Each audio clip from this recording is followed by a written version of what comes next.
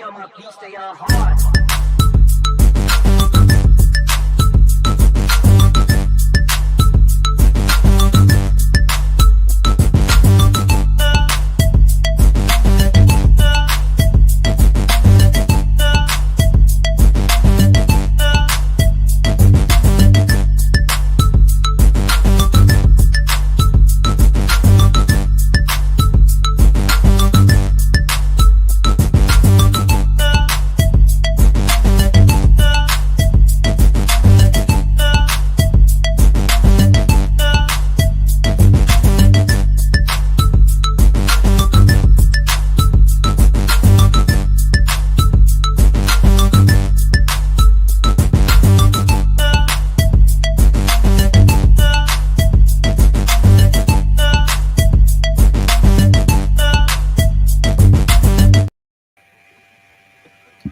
Hello, welcome to another live episode of the BCSN SportsWrap. I'm Bryan Fulford. That's A.D. Drew. Back here live for another Sunday night to kind of catch up on what has happened in the HBCU sporting diaspora and also begin to look ahead to what's to come. Drew, how you doing tonight? You and Charles Bishop were wrong for how y'all greeted me on Thursday's HBCU inside the HBCU Sports Lab. I've been holding on to that. But that's Charles. For 4 days. But you co-signed on it. Y'all was wrong. Y'all was right, but y'all was wrong. Unfortunately, during March Madness, there's only one team that comes out with that thrill. The only thing that obviously was magnified by Morehouse being defeated in the quarterfinals was the fact that I had to stay there for additional 3 days as we hosted the doggone tournament. Yeah, I didn't bother calling you because I was gonna ask you, did you have to stick around? But I figured you did, so I was like, let me not bother Drew. Yeah, I have to stick around. I was in operations. There were closets and offices that could not be opened if I was not around. Well, I'm gonna get to that, Emmett. Yeah, yeah. Hey, we got a lot of basketball to talk about. What I did not expect to have on the bingo card for this episode, Drew, is to be talking about an HBCU football coach leaving. What month is this? March. Spring practices started when? For most people, like last week, yesterday. Or will start this week. Yeah. The one thing that I didn't expect to be talking about on this episode was the latest news that came out fresh this morning that Tennessee State football coach Eddie George and Hall of Famer, NFL legend, blah, blah, blah, has decided to step down from his post at Tennessee State. And he is going to be the new head coach at Bowling Green University, Drew. Now, did you have that on? What do you think the odds were if you would have just randomly put odds out back in, let's say February, or maybe the beginning of January, that Eddie George would A, leave, but B, go to Bowling Green University? Plus or more or less than plus 1,000. It would that would have been one of those games not even on the board. But the fact that Eddie George, and we'll get into this a little bit later, we'll have Brandon King on a little bit later. Bottom of the hour, 6:30. Bottom of the hour. But this was the second known conversation that Eddie George has had since the end of the previous football season. So the fact that he got scooped up does not surprise me. It's the who scooped him up. Mm-hmm. Is a surpriser to me. Yeah. We do know, thank you for pointing it out, Israel, pointing out that he did I don't know how deep the conversations were with the Chicago Bears. I don't know if that was really I think that might have just been a Rooney Rule okay situation. Yeah, but I found it, and so when this kind of popped up, when did I think Pete Thamel kind of first started dropping the nuggets about this, that the conversations were happening? What was this, on Friday? Maybe when this first kind of hit the surfaces, or maybe even Sunday or Saturday. Bryan, I'm gonna be honest with you. You don't know. Because I have been off the grid for the last week. I have not, as far as anything outside of basketball, I have not had the opportunity to follow it. Right. Well, and we'll get into talking more about this, the why, the ramifications, what it all means. But I will say, the one tweet or post that I put out there, and this is kind of all I'll say before, because I don't want to take away from the conversation we're going to have with Brandon at the bottom of the hour. For a gentleman coach or player who 4 years ago, when he took the job at Tennessee State, told anybody who would listen or anybody he had the opportunity to talk to, he wasn't even interested or thinking about coaching college football 4 years ago. And in his hometown of Nashville, Tennessee, is where Tennessee State. So it made sense for Tennessee State to kind of throw a softball out there to just see, like Dr. Mickey Allen, the athletic director, did, to kind of see if there was any interest, or just make a strong pitch. At least, a lot of people will say the comparisons with Coach Prime. At least Coach Prime was already in coaching.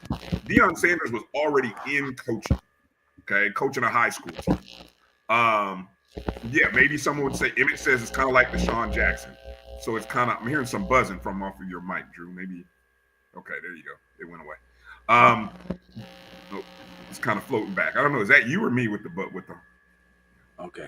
I know what I was doing. So I got you. But yeah, no. So like 4 years later, I guess you could say it's like the Deshaun Jackson thing. I guess that's a good comparison, Emmett.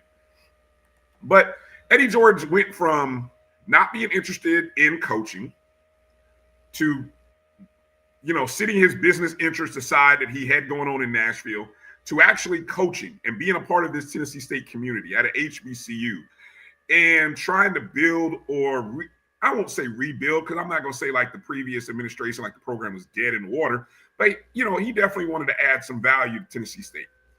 And to go from that, and 4 years later, getting Tennessee State to a place they hadn't been in almost a decade, which is winning the OVC, going to a playoff, and then all of a sudden having the coaching bug to want to interview for the Bears, and then interview for a PWI FBS in the MAC, is a heck of a turn over 4 years. When you say, Drew?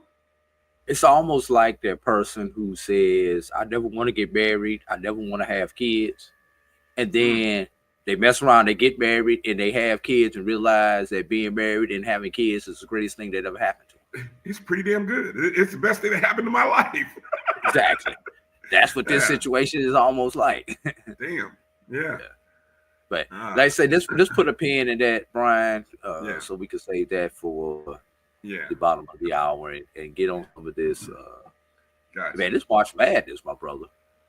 Look, it is that time of year. Let me say a quick few hellos to everybody checking in. The folks that are watching us, you may be watching us on the Jericho Broadcast Network's YouTube page, MyJBN Online, where we welcome you to join the channel, be a subscriber to the channel. You can join and help support the Black College Sports Network and all of the different shows and events and things that we try to do. You can also like and subscribe, be a regular subscriber. We always appreciate it. You might be watching us on Facebook via the Black College Sports Network Facebook page, or our very own BCSN SportsWrap Facebook page.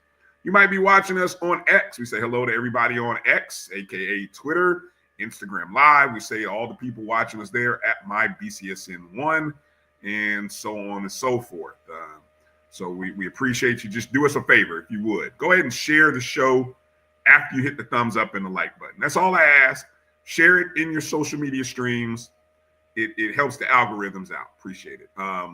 So hello to everybody watching us. Blue Jacket for Life, Emmett Jones, Jeff Roberts, Aggie Pride. We're going to talk about those Lady Aggies coming up. Johnny Thornton, Israel Carey, Lennon Blow. Lennon already starting mess in the chat room. Christopher Dukes. Put up your Dukes. Chuck Hunt checking in from Monroe, Louisiana. Franklin K. So we'll get into talking about a little more of the Eddie George stuff. So, all right, what we got, Drew? I'd rather be golfing to kind of explain what he's talking about, because that's an interesting comment that you put out there. It is. It is golfing. So you if you're gonna put it out there, you need to explain it. I don't get that. I think you guys were. We're gonna save it. All right. But because the previous administration was Rod Reed, right? I'm gonna start. Yep, I started. So we'll talk to Brandon King about that. I'll save your question as well, Lennon. Who knows? The short list can be plenty. We'll talk about the short list. But let's get into basketball talk, Drew, because and we got the two biggest news reports hot off the presses. Matter of fact, let's start with this. Over in the Great Lakes Valley Conference, the 4 seed, the Lincoln University, weren't they the Blue Bears or the Blue Tigers? Blue Tigers. Blue Tigers. Another one of those HBCU Tiger fans in the family. Right, of course, they're Tigers. They're HBCUs, exactly. Hey, if you don't know what your HBCU mascot is, start with Tigers. Start with Tigers, and then maybe add a color. You got about a 25% chance to get it right. I'm sorry. Exactly. They as the 4 seed defeated the number 2 seed Missouri St. Louis. That's from your neck of the woods, Drew. I don't know what their nickname is, but what is UMSL's? It starts with a T. The Tritons. That might be it. I think it's the Tritons. Yeah. University of Missouri St. Louis. Actually, my mother actually, I think that's where she actually finished her degree at. University of Missouri St. Louis. Nice. Division-II, Greater Lakes Valley, and this is on the heels of I think this is their first year in the GLVC. They just won an indoor track meet last week. I think we mentioned that on the show. Today they defeated Missouri St. Louis 58-51, and they will be going to the NCAA Division-II playoffs, which I believe the seedings get announced tonight for the men and women. 11 p.m. Eastern time. That's crazy. I don't understand that. Gotta wait on the West Coast.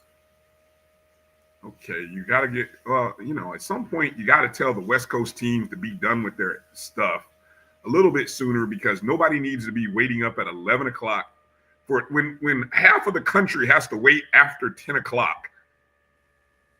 For the brackets. I'm including Central. I'm saying Central and Eastern after 10 o'clock. 2/3 of your people live in the Eastern or Central time zone. That's fair. All right. Well, anyway. So congratulations. We'll find out where they go. Make sure to follow at MyBCSN1, or I'm sure if you pay attention, we'll retweet it if you miss it in the morning. So that's the latest breaking news. I know also happening right now as we're on the air, Hampton University is in the quarterfinals of the CAA. They are playing UNC Wilmington, UNCW. Hampton was the 10 seed, knocked off the 7 seed Northeastern yesterday, 70-65. Today they're taking on the 3 seed UNCW, a team that they already beat. I think 2 weeks ago they beat them. And by the way, Hampton has been covering the hell out of their games over the last 5, 6, 7 games.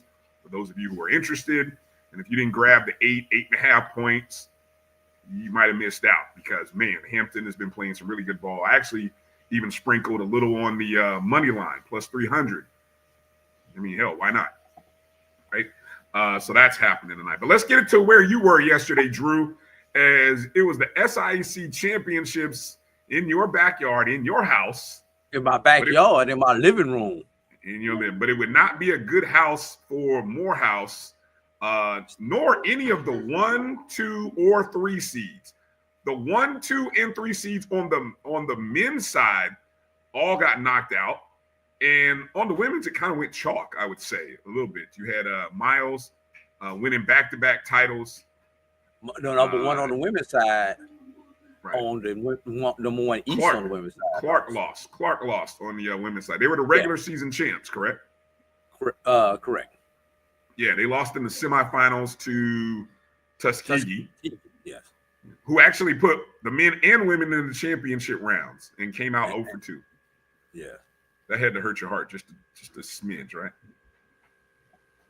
No comment. Okay, that's fine. I'm still getting over. I was still getting over our quarterfinal loss. Yeah. Well, let's get to that because I think that's where the drama was. The drama was over here on the men's side of the bracket. As I mean, the result, the upset started very early in the corners, and it started with who told you last Sunday to watch out for the opening round game between who, Drew? Miles and. I think we both actually on different platforms. We both actually said Savannah State was the one team in this tournament. Bad matchup for Miles to watch out for. It's not just it was a bad matchup. It was that they were a hot team. I mean, they had won 5 in a row coming into the tournament, and in the month of February, they lost 2 games in the month of February. Mm-hmm. Ironically, the 2 games that they lost were to the 2 teams from Atlanta, both being Morehouse, and the other one being Clark Atlanta. Since then, Brian, they have won 8 in a row and 10 of their last 12 in the month, beginning with the month of February. Yeah. They were the hot team. They were the hot team. Can you answer this question now for Emmett?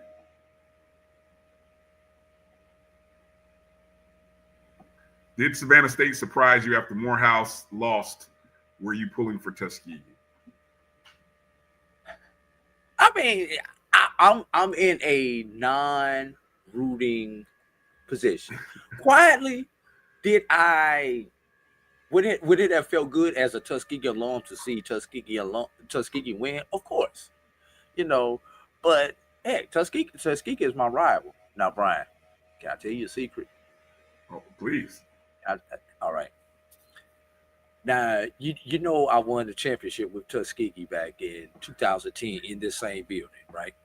Oh, really? Okay. Yes, we were in the same building when we won that championship in 2010.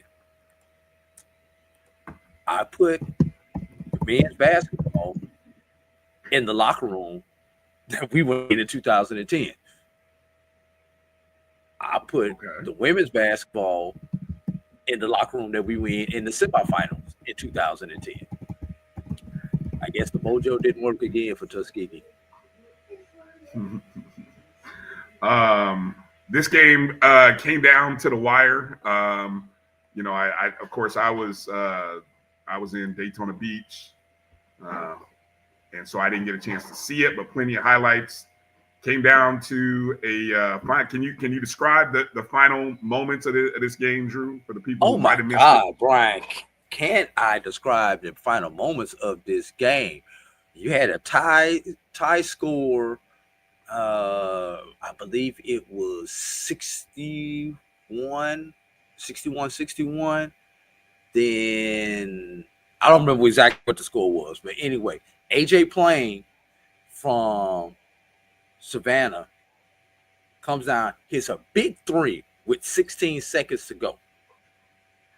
Mm-hmm. Then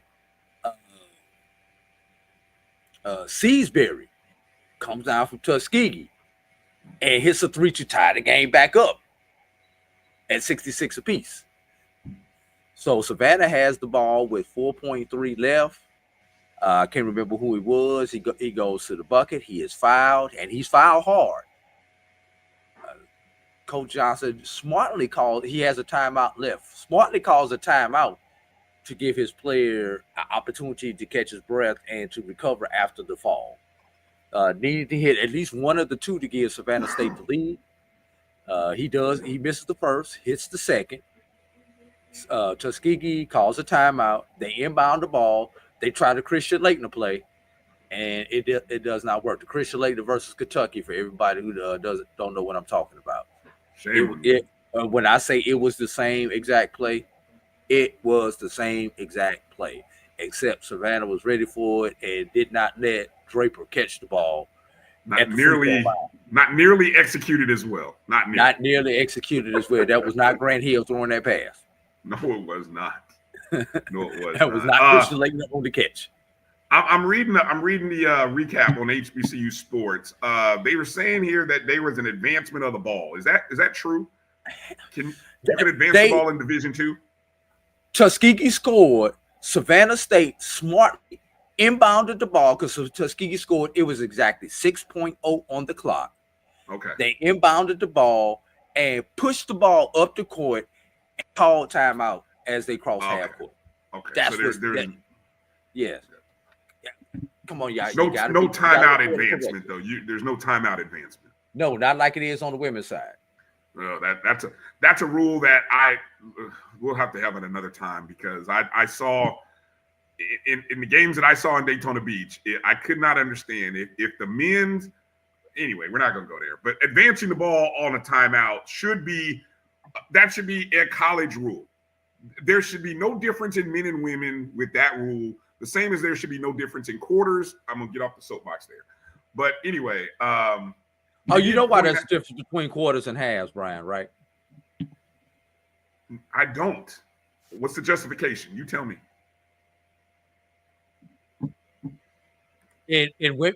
Because of the quarter system, there are 7 media timeouts in a women's college basketball game.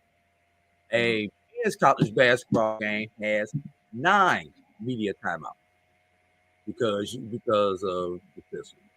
If they can figure out how to get those other 2 media timeouts in under the quarter system, they will. But until then, men's basketball is not going to change. That's shameful. It needs to change. Oh, we got video of the play. This is the last 30 seconds or so.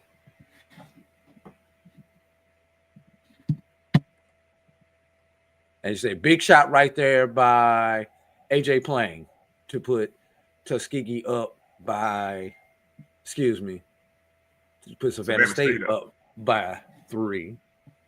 Great crowd by Savannah State as well, by the way. Great crowd by both. Great crowd by both teams. Let me advance the video just a little bit. And while you're doing that, I should point out that here we go. Now Savannah State is going to inbound the ball with 16.3. You're going to pay attention to number 0 from Tuskegee. It's Kevin Seasbury. As he catches the ball right here. Clutch shot. 3-pointer. Now, this is what they were talking about on the advancement. Savannah State smartly inbounds the ball, gets across the timeline, then called the timeout because they had 2 timeouts remaining. And what I like about that is they push the ball. See, that's one of those little coaching things that your guys are taught. That happens in practice. That's the little things that happen. The guys weren't flustered. They quickly recognized that, hey, if they hit this shot, we got to quickly inbound the ball and get across half court. That is taught during whether it be the huddle or taught pregame. Outstanding job. Let me say this before you hit the next video. This would be Savannah State's first title second title since they re-entered the SIAC in 2019. They previously won the title in 2022. Right. All right. Here we go. You got the end play, right? This is the play where he gets fouled. Are we gonna try to adjudicate whether this is a foul or not? Oh, it's a foul. Okay, legit foul. All right. Yeah, it's a foul. Right, so they're trying to double the point. They're going to double the point guard. Yes. You like the strategy for doubling the point guard there? Yeah, except for one thing. Right there, he's still catching the ball. Oh, somebody got caught. Oh, yeah. Somebody got caught. You got to know open. left, right, top, bottom. But this is what I'm talking about, where he got hurt. You got to know who is doing what in that situation. Savannah State smartly calls a timeout right here. Because otherwise, he would not have been able to shoot the free throws. No, he physically was not able to shoot the free throw at this point, as you can see.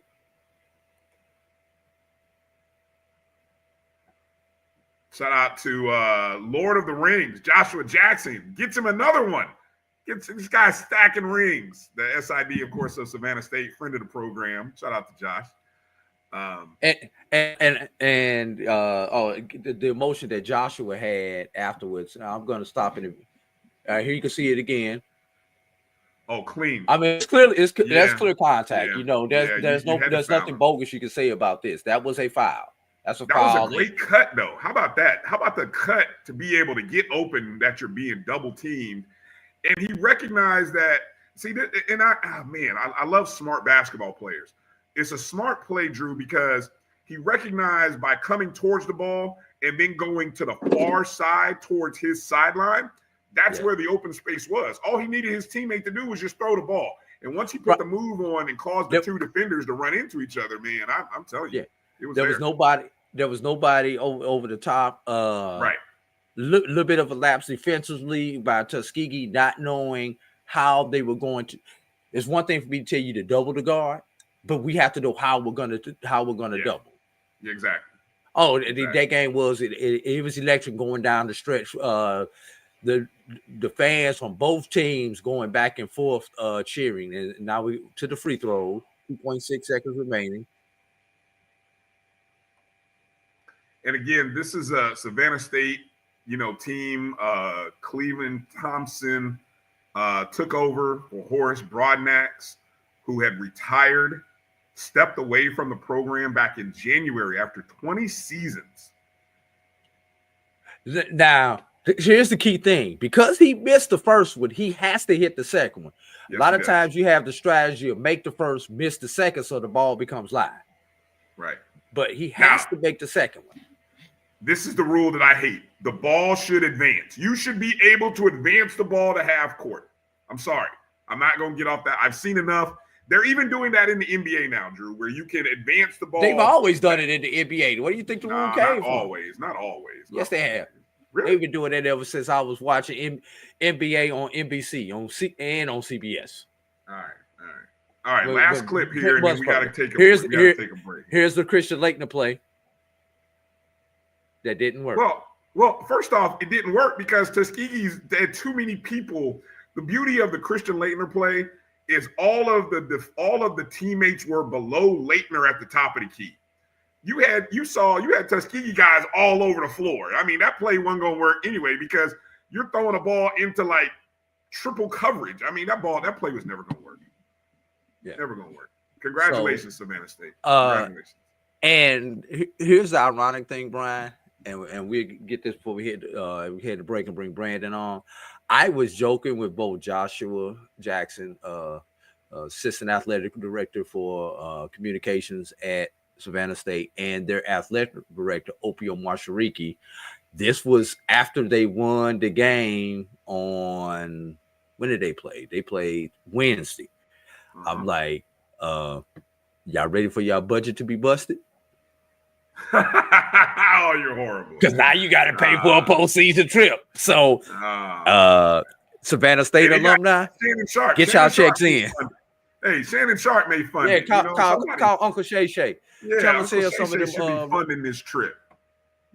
Proud South give some of them hymns money back to Savannah State. He can get some of them hymns money back to Savannah State. Not the hymns money. You spending the brothers' advertising dollars. All right, let's take a break. You know. Exactly. Brandon King's coming up. We're going to talk about the Eddie George. We're going to step away. I know it's a lot of basketball talk, but the big story today, Eddie George leaving Tennessee State, heading to Bowling Green. Let's talk to Brandon. He covers Tennessee State better than most. And he's always boots on the ground with what's happening with the Tigers. And so we're gonna find out about this move. Instant reaction with Brandon King coming up on the other side. You're watching the BCSN Sports Wrap right here on the Black College Sports Network.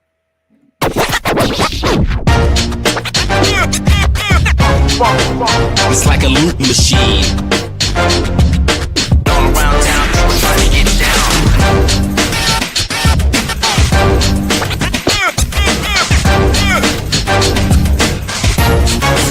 It's like a loop machine.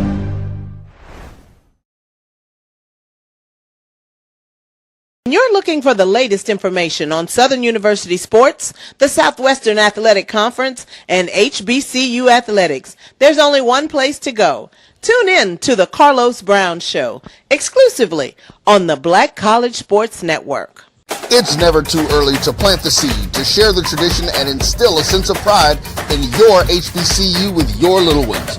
HBCU Pride and Joy Children's Boutique helps you share your school spirit with a wide selection of adorable kids apparel and accessories officially licensed from your favorite HBCU.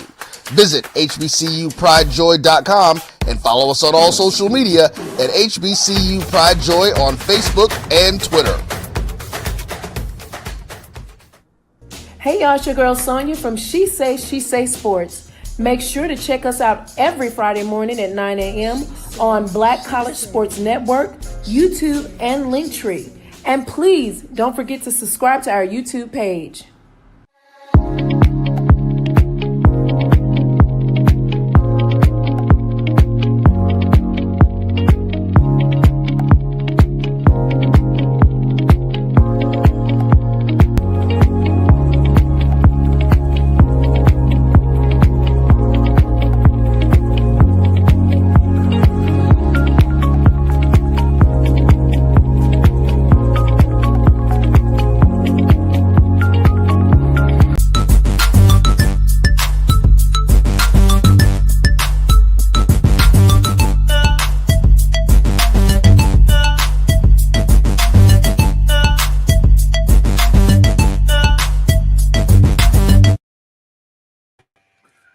Welcome back to the BCSN Sports Wrap. Bryan, A.D, Drew, and look who's joining us, taking some time away from daddy duties. It's none other than Dad of the Year, Brandon King. How you doing, man?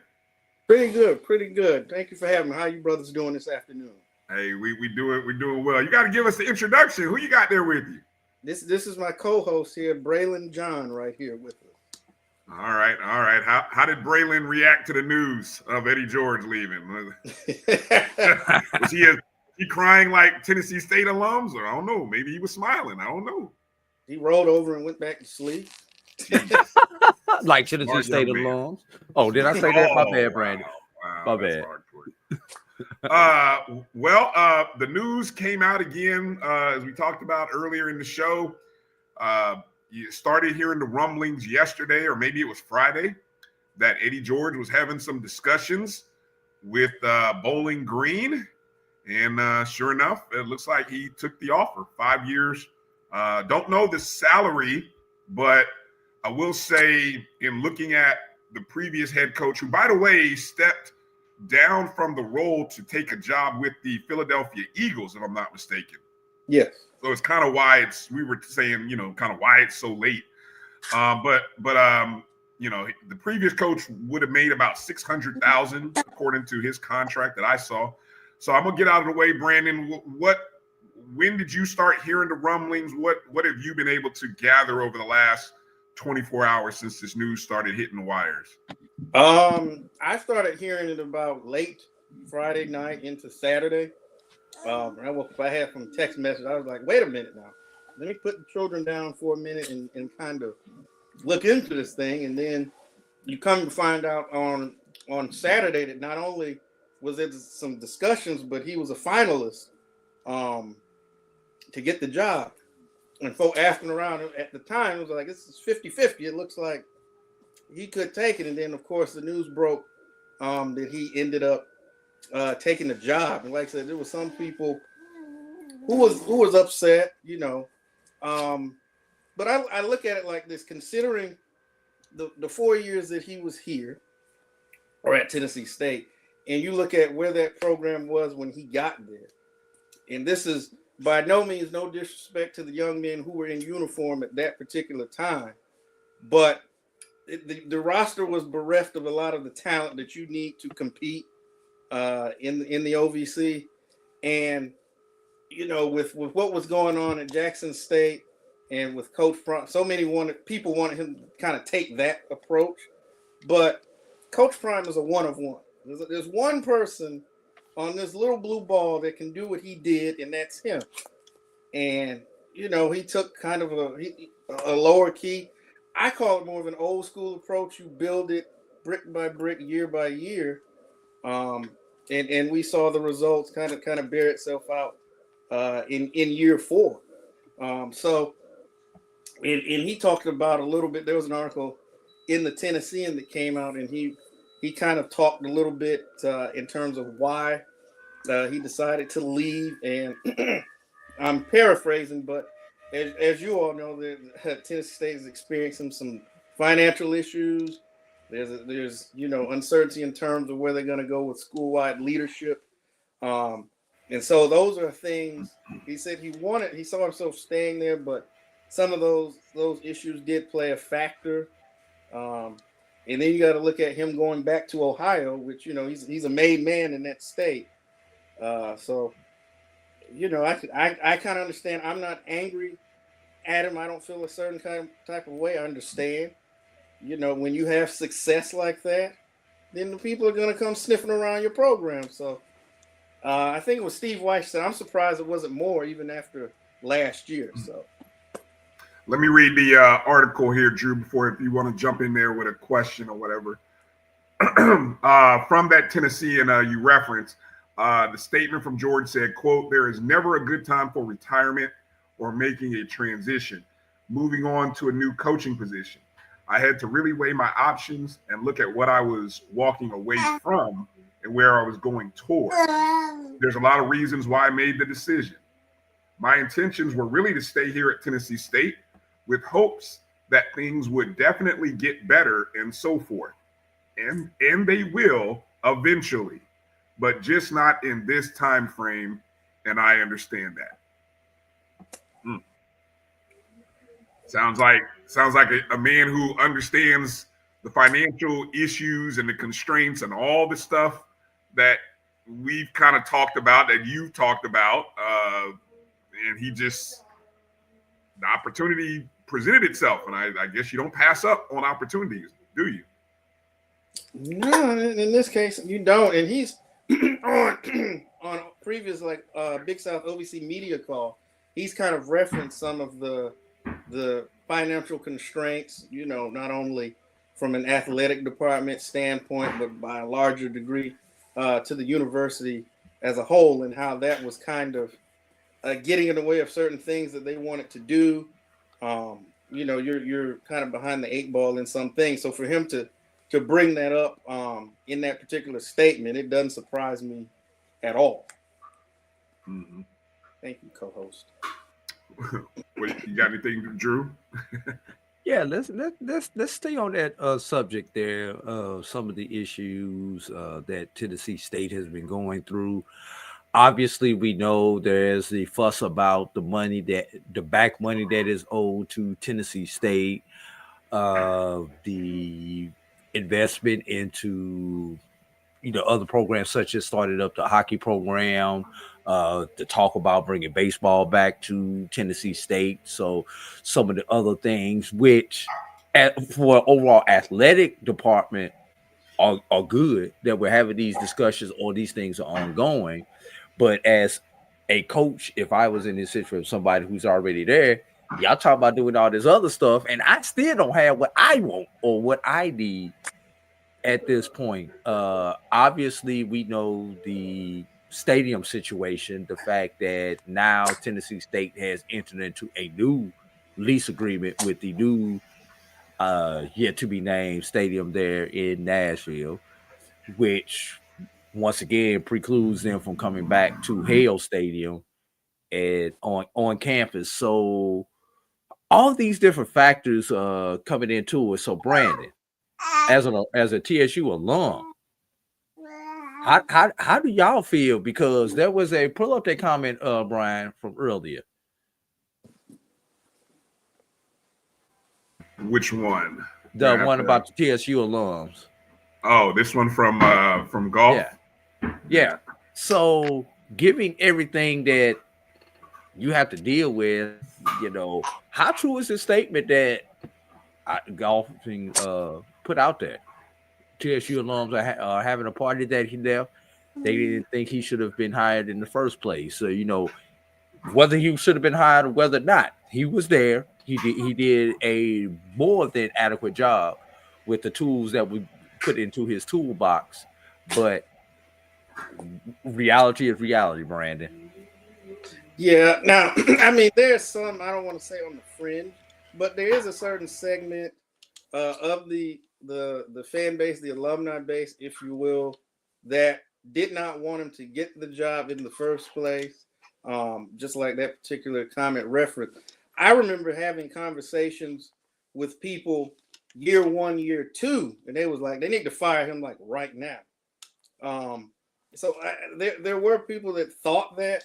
I think these are people who probably did not support or watch games prior to Eddie George getting the job, because watching them, you go 5-6 in year one, you kind of take a slight step back at 4-7, and then you go 6-5 the third year. You could really see, and I would tell people the program is starting to turn the corner, because you see them, the roster is improving. The teams that blew the doors off them a couple years ago, they're now competing with and winning. The program is moving in the right direction. They stumbled at the end, and then we saw what they did last year. So you've got people, there's some people who aren't ever happy, no matter what. They could resurrect John A. Merritt and he could coach the team, and they would find some way to complain about that. So as an alum, like I said, I'm not upset with it, because even though he said in that statement that he saw himself not leaving, I didn't think he was going to necessarily be an HBCU lifer.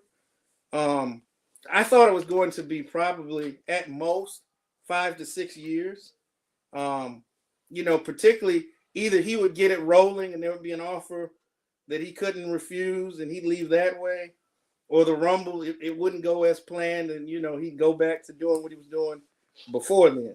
So a lot of the people that I have talked with, I will say it has somewhat been a mixed bag, but the majority kind of recognize it for what it was.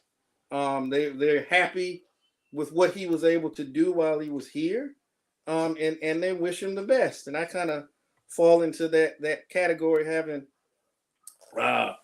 spoken with him, on calls and post game and whatnot. So considering where we were as a program before he got here, what do you have to be upset about?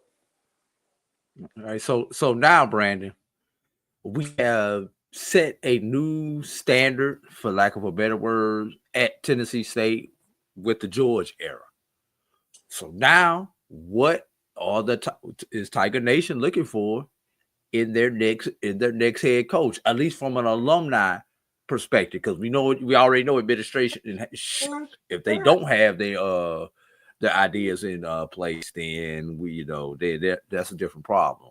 And I'll give you that before I throw out a couple of names already and then get your reaction. So what are you looking for? Me personally, I think there's two ways that I could see this go. You can go get a proven solid coach who can do enough to kind of keep this thing rolling as he puts his imprint on it. And then you can go the more splashy hire if you choose. I don't know, there are always certain names out there.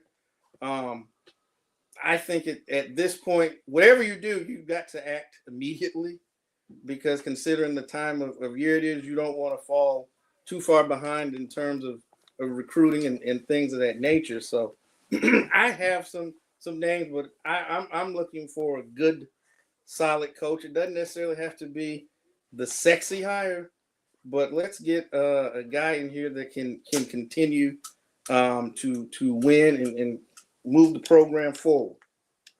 Sources from the street committee, Brandon, told me that Ed Reed was one of the leading candidates for this job.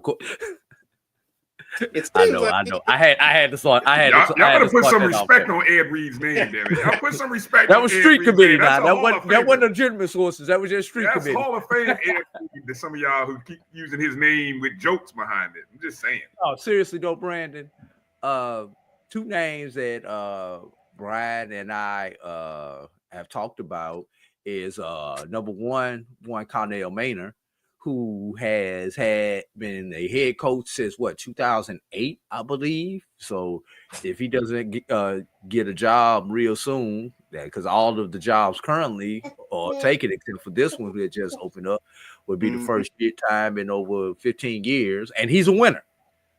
He's a proven winner, and also, you know, since we want to go with the name recognition thing, how about Fred McNair in Nashville, Tennessee?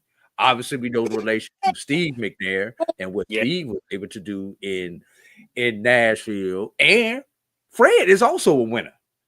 So, just two names from HBCU lifers that I want to throw out there. I'm pretty sure Bryan may have a couple other names, but let's start with those two. I could.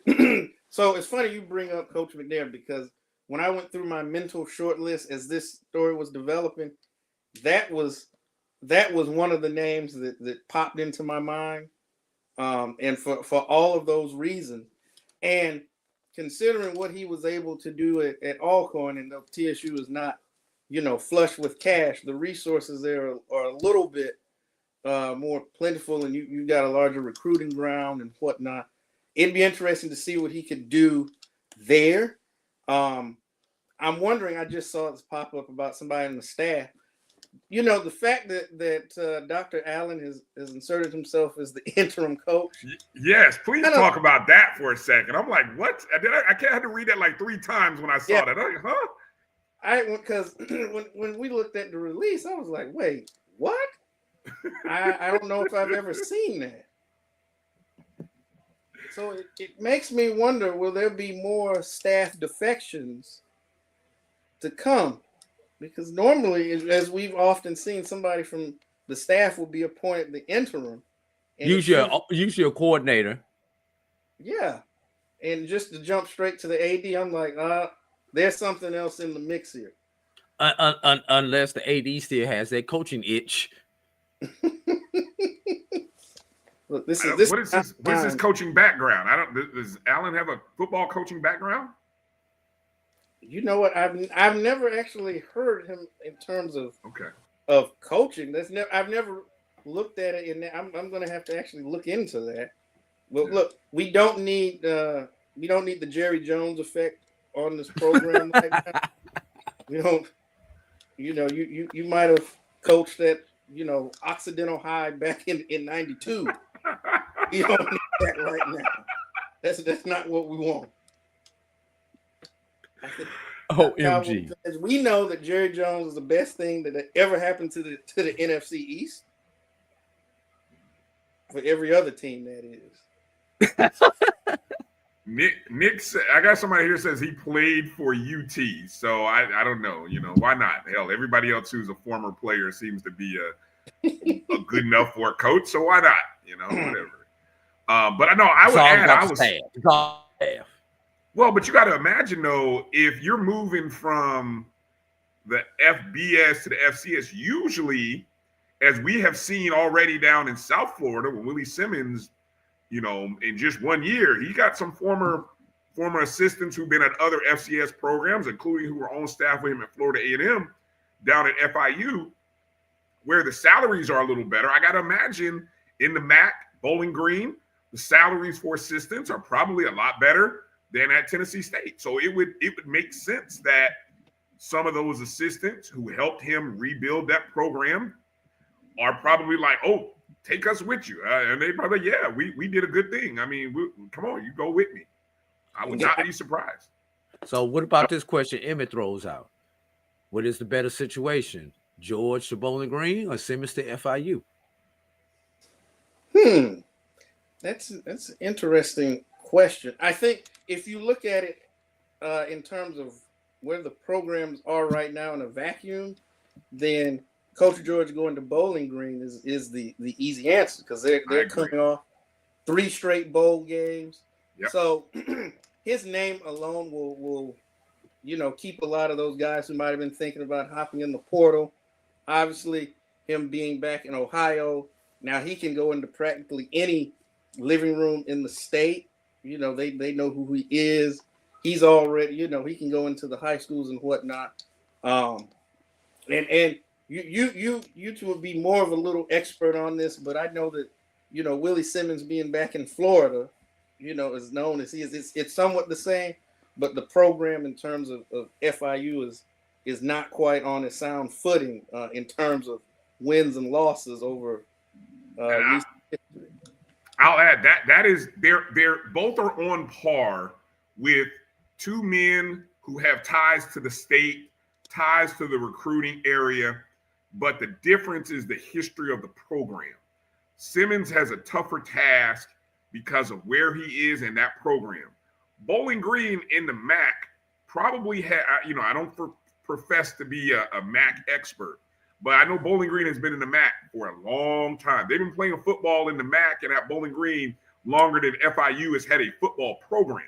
So in terms of the deep ties to a state and a conference, definitely it's the Bowling Green job. And if they're putting in resources where they can pay a coach nearly $500,000, $600,000 last reported, and you're in the MAC and you're part of that TV package, MACtion or whatever, I bet you they're making bigger strides there than at FIU.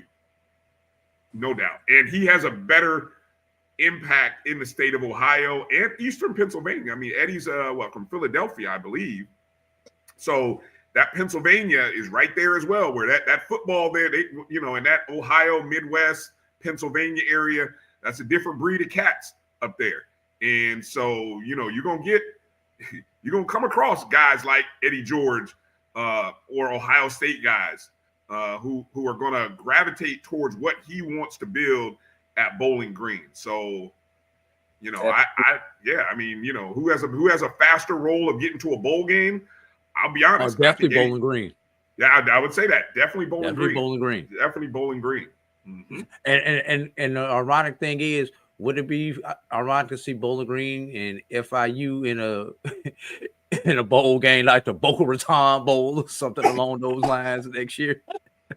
It could happen. It could happen. I want to ask your thoughts on this one, Brandon. Here, I put a post. I thought about the arc of Eddie George is fascinating. I don't know if you've ever had conversations or deep conversations with him, but I find it fascinating that 4 years ago when he took this job, he took it out of left field, really, where he was not. Coaching wasn't on his radar. I'm paraphrasing something he said. It wasn't something that he visioned to do. But I guess the coaching bug has hit him so much so that you're interviewing for NFL positions. You're taking a FBS job, moving to the – I mean, does the arc of Eddie – I mean, does he have that bug? Have you talked to him? Does it seem like what I don't predictive? Like I knew, for example, and I'll get out of the way here. Like we knew within the FAMU community that Willie Simmons eventually was going to go to an FBS because he has always had aspirations. He played at Clemson, so we knew he had aspirations of coaching at the FBS level. But again, Eddie George, nothing. What's your thoughts? Well, like you said, when it was initially announced, like I said, it was just out of left. It was like, what? Really? And yeah, he's actually said it before.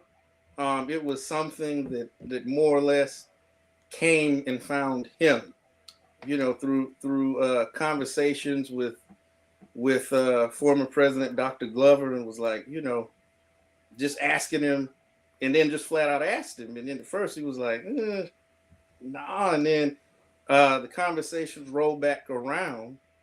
And then at that point, he gave it a serious look and decided, to pursue this thing.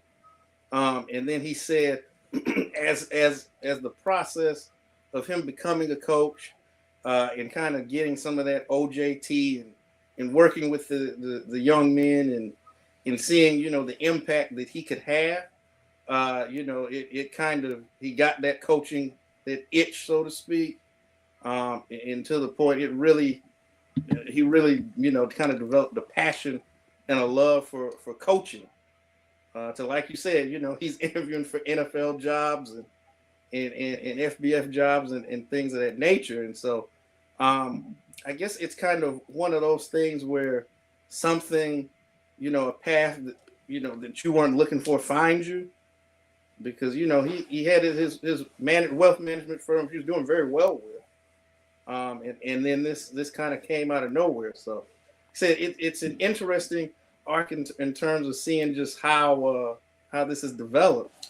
And you got to think, considering from conversations and seeing his approach. Oh, did we lose him? Yeah, we might have lost him. All right, let me see. Let's give it a second. Yeah, I'll give it a second to see if I see his camera come back on here in a minute. I'm trying to see if we can finish up the last conversation with Brandon King. Mike rolled out Reed throws one out. Mike, you're so wrong, Mike. Is Ed Too Tall not one of the best players that ever played for Tennessee State? If not the best, he's definitely top 5. Can I ask hold on, here's Brandon back. Hold on. Okay, Brandon, we got you. We got you, Brandon. You there? Hold on, give him a second, get situated. Can you hear us? We see you. Off mute. You got us? Probably got a phone call while he was talking to us, sometimes. Might be. Try it one more time, Brandon. Not hearing you. All right. Hold on. Let me give him a second here to adjust. He's doing something. Hold on. We got you there, Brandon. Okay, he's gonna come back. One more time. I did see one other name in the chat, and I know we're getting ready to wrap up this interview. Somebody threw out Dawson Odoms earlier also for a that's Lennon being messy. Don't do that. Hey, Lennon being messy. Don't do it. Well, there's a lot of former. Here he goes. Let's see. We got Brandon. Hold on. We got you now, Brandon. Yeah. All right. There you go. All right. Finish your thoughts. You were saying. But no, I was just saying it. I think ultimately, with the way he approaches the coaching profession now, and from speaking with him, the passion that he obviously has for it, and obviously the success that he's having, it would not surprise me to see him at a major university in the not too distant future. All right, that's awesome. I like that. Well, hold up before we get out of here, Brandon.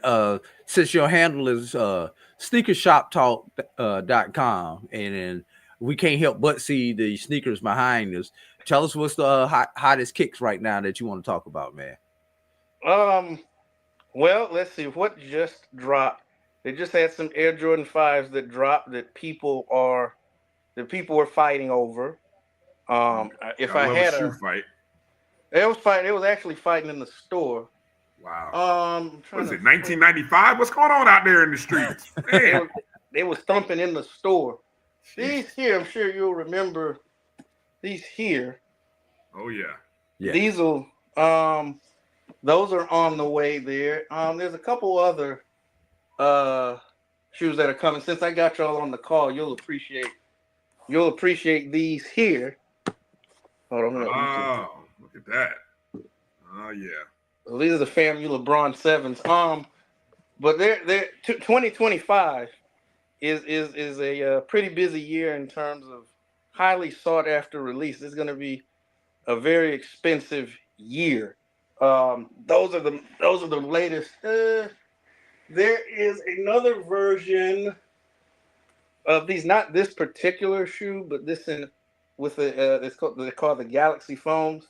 They're bringing they just brought these back out, and this was when that shoe released in 2012. That was the shoe that changed everything. People was waiting out in lines and fighting and all that sort of thing. So that was a watershed moment in terms of sneaker culture. But yeah, those are kind of the ones that come to mind. There's literally a crazy release about every week now. Right. Right. All right. Well, let me give the plug here outside of sneakershoptalk.com. Make sure to tune in Wednesday night. I know Brandon, along with Dave and Tariq, Jeff, those guys who cover the Indy Report on Dr. Cavill's Inside the HBCU Sports Lab every Wednesday at 7 p.m. Eastern. I'm sure Brandon will have some updates on what's happening. At that point, it'll be 72 hours post the Eddie George decision. So Brandon, we kind of look forward to tuning in and finding out more. Any other plugs you want to drop, or where people, let them know where they can find you outside of sneakershoptalk.com in case they want to get updates on Eddie George and this what more, I guess at this point, what Tennessee State is going to do next. As Eddie George has said goodbye to Tennessee State, and now it's on to what is Tennessee State going to do is the big question. My handles are the same across all of social media. So you can check me out there. I post regularly on Twitter or X or whatever they're calling it this week. Instagram with a sprinkling of Facebook as well. I love it. Good stuff. All right. Well, hey, we appreciate your time. Your co-host did a great job. So that's got to be worth some extra await time or some snacks, something. Did a great job co-hosting. And, an extra shot of formula. Yeah, we look for more appearances. We look for more appearances on maybe Wednesday night, Brandon. More appearances on Wednesday night. He's been making his presence known on more of these shows. Nice. Beautiful. Start him young. Start him young. Exactly. Start him young. There you go. That's right. All right. Hey, appreciate your time tonight, Brandon. Be well. Thank you for having me. All right. Appreciate you, Doc. All right. Appreciate Brandon for coming in and joining us. Let's take a break. Looks like we got another guest in the chats or in the green room rather. The Ringmaster, the Lord of the Rings. I don't know what other catchy little phrase I can come up for him. Hopefully, I know he's in the green room. He better have some rings out on display. I'm gonna be upset. All the rings he got. Hey, Brian, we're not gonna put him on blast like that because all the rings he have right now have his former school's logo on it. Now he started to get that collection from his new school. I got you. And let's see. I think I got you 2-1 right now, Josh. Since we both took these jobs around the same time, but you trying to creep up with me. Ooh, a little friendly competition. I like this. See, I'm all for. Of course, I'm all for putting some wagers down on. Let me see. What year is this? 25. Might have to do something over the next 18 months. Year and a half, a school year and a half. Who can collect more rings? You or Joshua Jackson? You can't put us three rattlers together without us talking. Now, Brian. You know how that goes. Joshua Jackson coming up on the other side, going to give us some updates. Savannah State, of course, the SIAC men's champions. So we get firsthand knowledge from Joshua coming up here on the other side. More basketball talk here in the second hour. Hang in there. You're watching the BCSN Sports Wrap right here on the Black College Sports Network. We'll be back in just a moment. Planning an event? From weddings to corporate functions, CMJ Events LLC brings over 15 years of experience to make your vision a reality. Based in Metro Atlanta and serving statewide, even internationally, we provide versatile event planning and authentic catering cuisines tailored to your needs. Whether it's pre-game meals for student athletes, fundraisers, weddings, corporate functions, CMJ Events LLC is your one-stop solution for exceptional service and unforgettable food. Our diverse culinary heritage means we cater to all cultural tastes, dietary needs, and food restrictions, making every meal uniquely yours. Let's make your next event unforgettable. Visit us on all social media at CMJ Events LLC or email us at cmjeventsllc@gmail.com. Also give us a call at 404-664-3882 so that we can start planning now. This is the Dean of the College of HBCU Sports, Kenyatta Cavill of Dr. Cavill's Inside the HBCU Sports Lab with Mike Washington and Charles Bishop. Come mix it up in the lab where the course lecture is in session every Tuesday from 6 o'clock p.m. Central Standard Time on Facebook Live, YouTube Spreaker, or the BCSN app, as we discuss all things about the HBCU sports culture, including exploring the week that was in the sporting HBCU diaspora, as well as the upcoming week of HBCU Sports. With me, the Dean, the College of HBCU Sports, on Dr. Cavill's Inside the HBCU Sports Lab with Mike Washington and Charles Bishop. Course lecture dismissed. When you're looking for the latest information on Southern University sports, the Southwestern Athletic Conference, and HBCU athletics, there's only one place to go. Tune in to the Carlos Brown Show, exclusively on the Black College Sports Network. Thank you guys for what you do for HBCU athletics. This is a fantastic avenue for all of us. This is our ESPN, so we love what you guys do. Bryan, A.D, Roy, all you guys at BCSN. We really appreciate what it is that you guys do for us.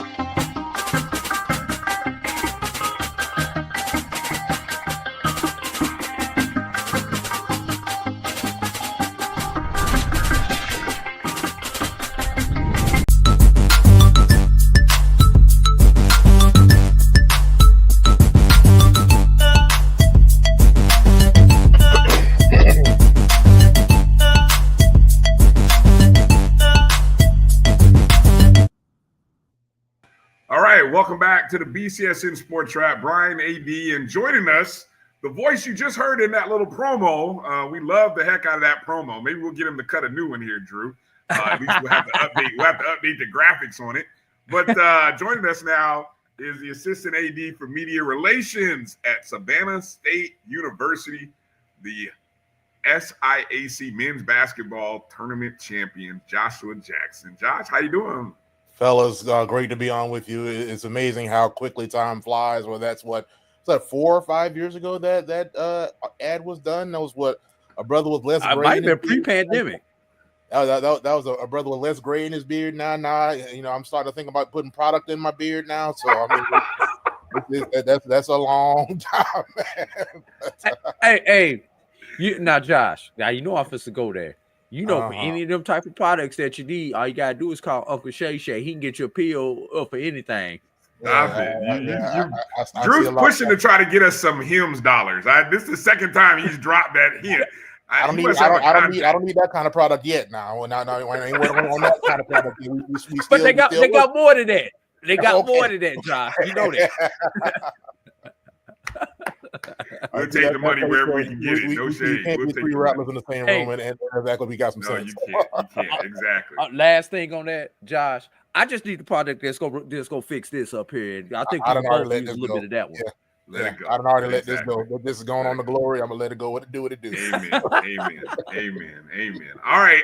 Well, Josh, I don't know if we might say that Savannah State's run through the SIC tournament was probably the biggest shocker in terms of the best upsets. All came from Savannah State, not only knocking off the 1 seed Miles to start the tournament, but just knocking off who else was in the path? Was it the host? Was it? No, it was the other side. It was Spring Hill to start in the quarterfinal round.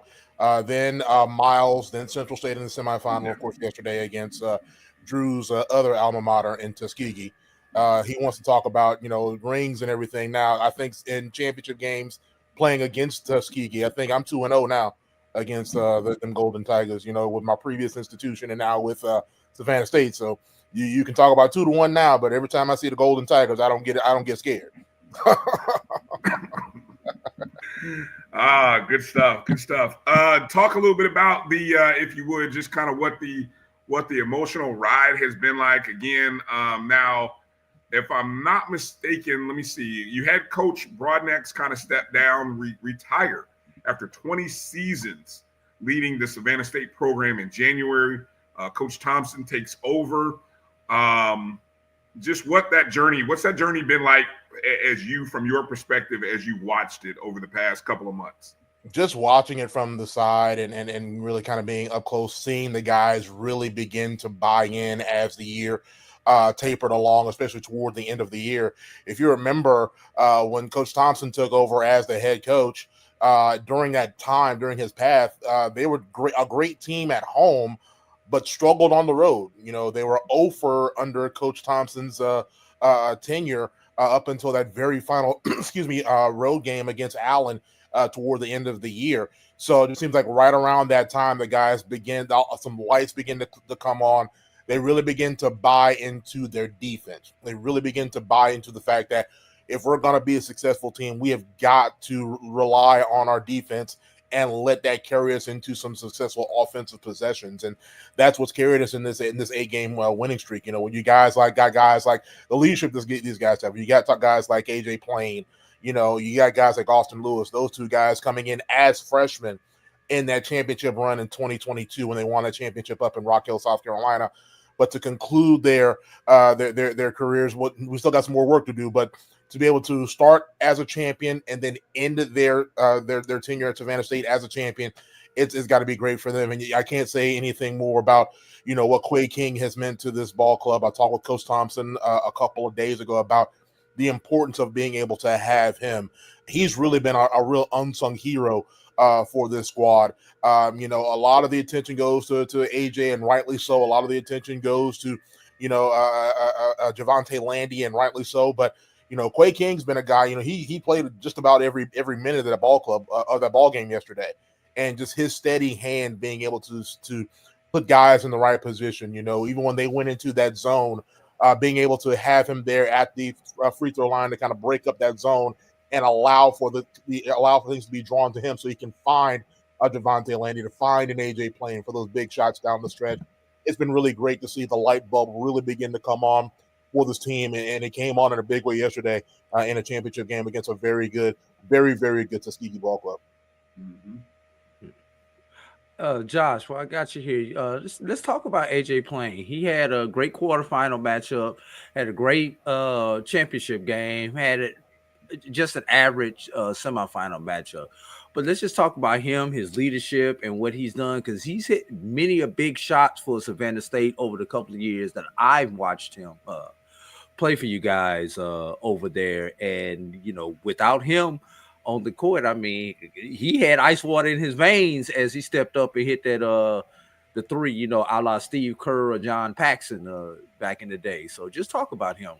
Yeah, he's our Mr. Big Shot. You know, he's definitely our guy that if we need to turn to get a big shot, we're definitely going to try to find AJ Plain and have him put the ball in the basket. He's a sniper from behind that 3-point line, not afraid to shoot it. Just a tremendous ball player, even a better person with just the way that he's been able to exhibit his leadership and things like that for this ball club. And, you know, even he talked to him yesterday. He was just like, I didn't necessarily maybe have my greatest game, but, you know, to still be able to have that confidence to be able to hit those shots, and for those guys to be able to come up to him and talk to him and say, hey, you're going to hit a big shot. You're going to hit some big shots. So keep shooting the ball, because you know it's going to go down. So just keep on shooting it and keep doing the things you need to do that's going to help us be successful. And doggone it, if he did not hit the biggest shot of his career with 2.6 seconds left to go there in that second half of that contest. And, you know, just to be able to have that confidence to be able to go in and shoot that, be able to give us that temporary 3-point lead. Now, yes, Tuskegee, as great as they are, you know they're going to go back and respond. But, you know, again, AJ is just a tremendous ball player, and his stock is only going to continue to rise. And, you know, the future is very, very bright for that young man from Melbourne, Florida. Yeah. Now, you talk about the light bulb coming on against Allen, but let's be real. it's got to be like February. What's today? Today is the 10th. It's got to be February 38th for you guys right now, because the month of February has been good for Savannah State basketball. You started off with you opened up the month with a loss to Morehouse. Then you came back to Atlanta and you lost to Clark Atlanta. Outside the two Atlanta teams, you guys have not lost again. Like I said, you're the winners of 8 in a row. And I believe it's 10 of your last 12, if I did the math correctly. So what really happened in the month of February? Was it the fact that, because you guys were like 5-5 after the coaching change going into that, was it just finally having time to get into the gym and really get the change of style going? Because I mean, you played Tuskegee on a Saturday, if I remember this correctly. You played Tuskegee on the Saturday with Coach Broadnax. Monday, you make the announcement Monday evening that Coach Broadnax was stepping away, and then Wednesday you played us guys at Morehouse at you guys' place. So there really wasn't much time to react at that point. So yeah, you're right. I mean, there wasn't a whole lot of time to, like I said, to react or really digest the fact that, Coach Broadnax decided to retire after a great career there at Savannah State.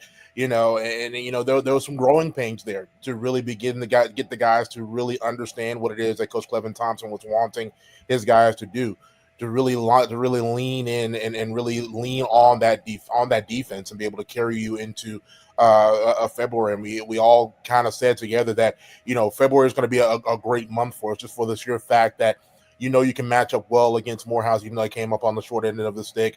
The game against Clark Atlanta on the road, you're up by 4 at the half in a very hostile environment there in Epps Gymnasium there in Atlanta. So you unfortunately came out just a bit short there in that contest. But again, the light bulb just went on for those guys, and they've just been on a tear ever since with being able to get those things done. And then, just really having things fall in the right way. Because remember, at the end of the year, Edward Waters and Savannah State were 4-5 in the East Division. And at the time, at the very last day of the East, the very last day of regular season play, Savannah State needed to beat Albany State in that very last day. On top of the fact you needed Edward Waters to lose to Fort Valley State, which would give Savannah State that number 4 spot and be able to host that first round game. And doggone it, if those things didn't happen, we were able to get a solid win over a good Albany State squad. And Fort Valley State, which was a couple days earlier, they got thumped by Savannah State in Savannah, but they were able to rise to the occasion, go over to Jacksonville and take care of business there against Edward Waters. And that gives Savannah State the number 4 seed, able to get that first home contest, be able to beat a team in Spring Hill that led the conference in scoring, had all those great players there, and Walter Peggs, and the guy who leads the conference just about every offensive statistical category, be able to keep them from to probably their lowest point output of the season, and then be able to ride that momentum, with beating a good Miles squad that's only lost one time in conference, going and beating a very good Central State squad. That program is growing under that first-year head coach there in Wilberforce, Ohio, and then be able to buoy that into a humongous victory over, Coach Benji Taylor's Golden Tigers at Tuskegee. It's been a great run for those guys, and we're going to get together here later on tonight at the gym, and we're going to see where we're going to end up heading here for the tournament. It's great to be a part of this program, and really great to see these young men begin to buy into what Coach Thompson has putting out there, and just definitely the guys are definitely hungry for more here as we go to represent the conference and our school here in the tournament. What do we know about the format, location, potential? I mean, I think it's 95 South. They probably gonna wind up at Nova. I would be highly surprised if Savannah is not the number 8 at Nova.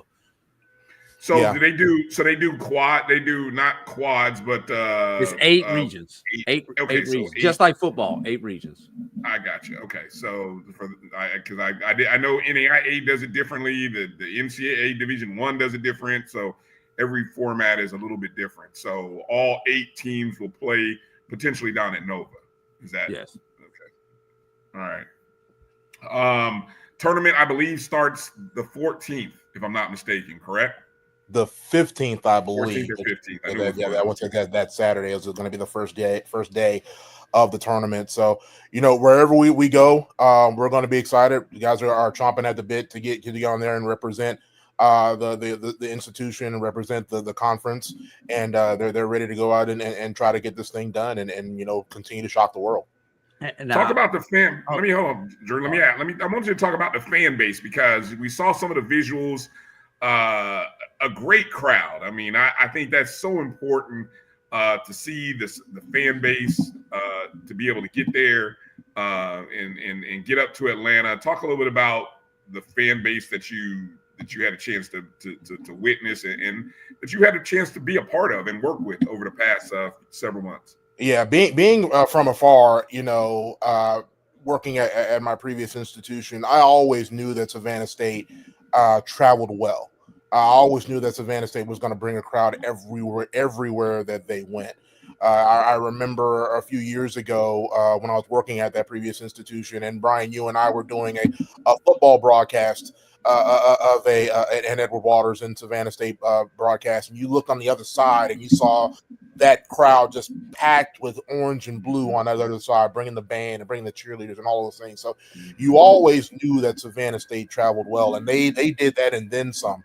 They tore up I-16 over to I-75 yesterday, and they made it an appointment to come over there and support their basketball squad. So again, huge shout out to the Savannah State National Alumni Association, especially the Metro Atlanta chapter, for them coming out and continuing to support their squad.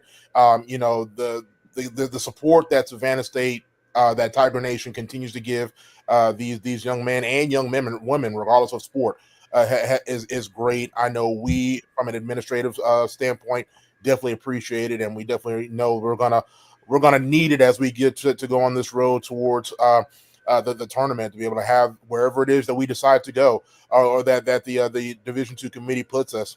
We definitely know that we're going to need Tiger Nation to get on that bus or get on a plane or do whatever they need to do to come in to support these young men. But the support that these guys have been given, just from what they get at the institution to people, the crowd coming down and supporting them, and wherever we're at, Tiger Nation shows up and shows out, and we certainly are appreciative of that. Gotcha. Appreciate that. Go ahead, Drew. I was going to say, right now, obviously this is speculation. We're still, about 3.5 hours away from the announcement. But right now, it looks like Miles will still get in as a 7, while Savannah State will get in as an 8. The one advantage Miles getting in as an at-large now is everything else went chalk in the region. The teams above them won like they were supposed to, and the teams below them lost. So if the committee does what it does, and we know, I'm saying that's a big capital I and a capital N. We talked about the committee. Savannah State should bump the previous number 8 as the conference champion, while Miles should stay at number 7 because they were number 7 in the region heading into the tournaments that everybody was playing. That's how it should go. We'll find out about 11 o'clock tonight, but that's how it should go. 11 o'clock. Jesus. All right. Gotta wait on the West Coast, baby. Gotta wait on the West Coast. West Coast should be done. Look, the West Coast should be done by 3 o'clock East Pacific time. So that way, you can be putting this stuff out by 8, 9 o'clock. Anyway, started. But you ain't wrong when you're right. I knew somebody would agree. You're wrong when you're right. All right. I'm just stating the facts. Gotcha. All right. Any other thoughts you want to share, Josh? Any other basketball news and nuggets? Anything you want to share? Because like I said, it's real. This is what March. I love that Drew was able to show those videos, that video segment, because I know sometimes I can be guilty of harping on March Madness, but I am glad that even though the best performing team, Miles, would hopefully still get a shot, seeing those video clips is what madness and March Madness should be. Seeing the joy, I mean, that pure joy, and I bet it probably put chill goosebumps seeing it again, Josh, but just seeing it really look great. And I don't know, I'll get out of the way and let you kind of have the last word here, Josh, of anything you want to share, any nuggets or anything. No, you're absolutely right. That's what March is all about, with being able to have those, that, may he rest in peace, Luther Vandross, to have that one shining moment, to be able to have those things that you can carry with you for the rest of your life, for these young men to be able to have, this moment that they can be able to have on video, to be able to show their children, show their family as the years go along, that, this particular moment was ours, and I can be able to show this to the people I love and I care about it, just to be there and see that live, from a personal standpoint, was an honor. It really, really was. I gave Austin Lewis a huge hug, and just I know Austin very, very well. I know his dad, who was actually the assistant athletic director at the University of North Florida.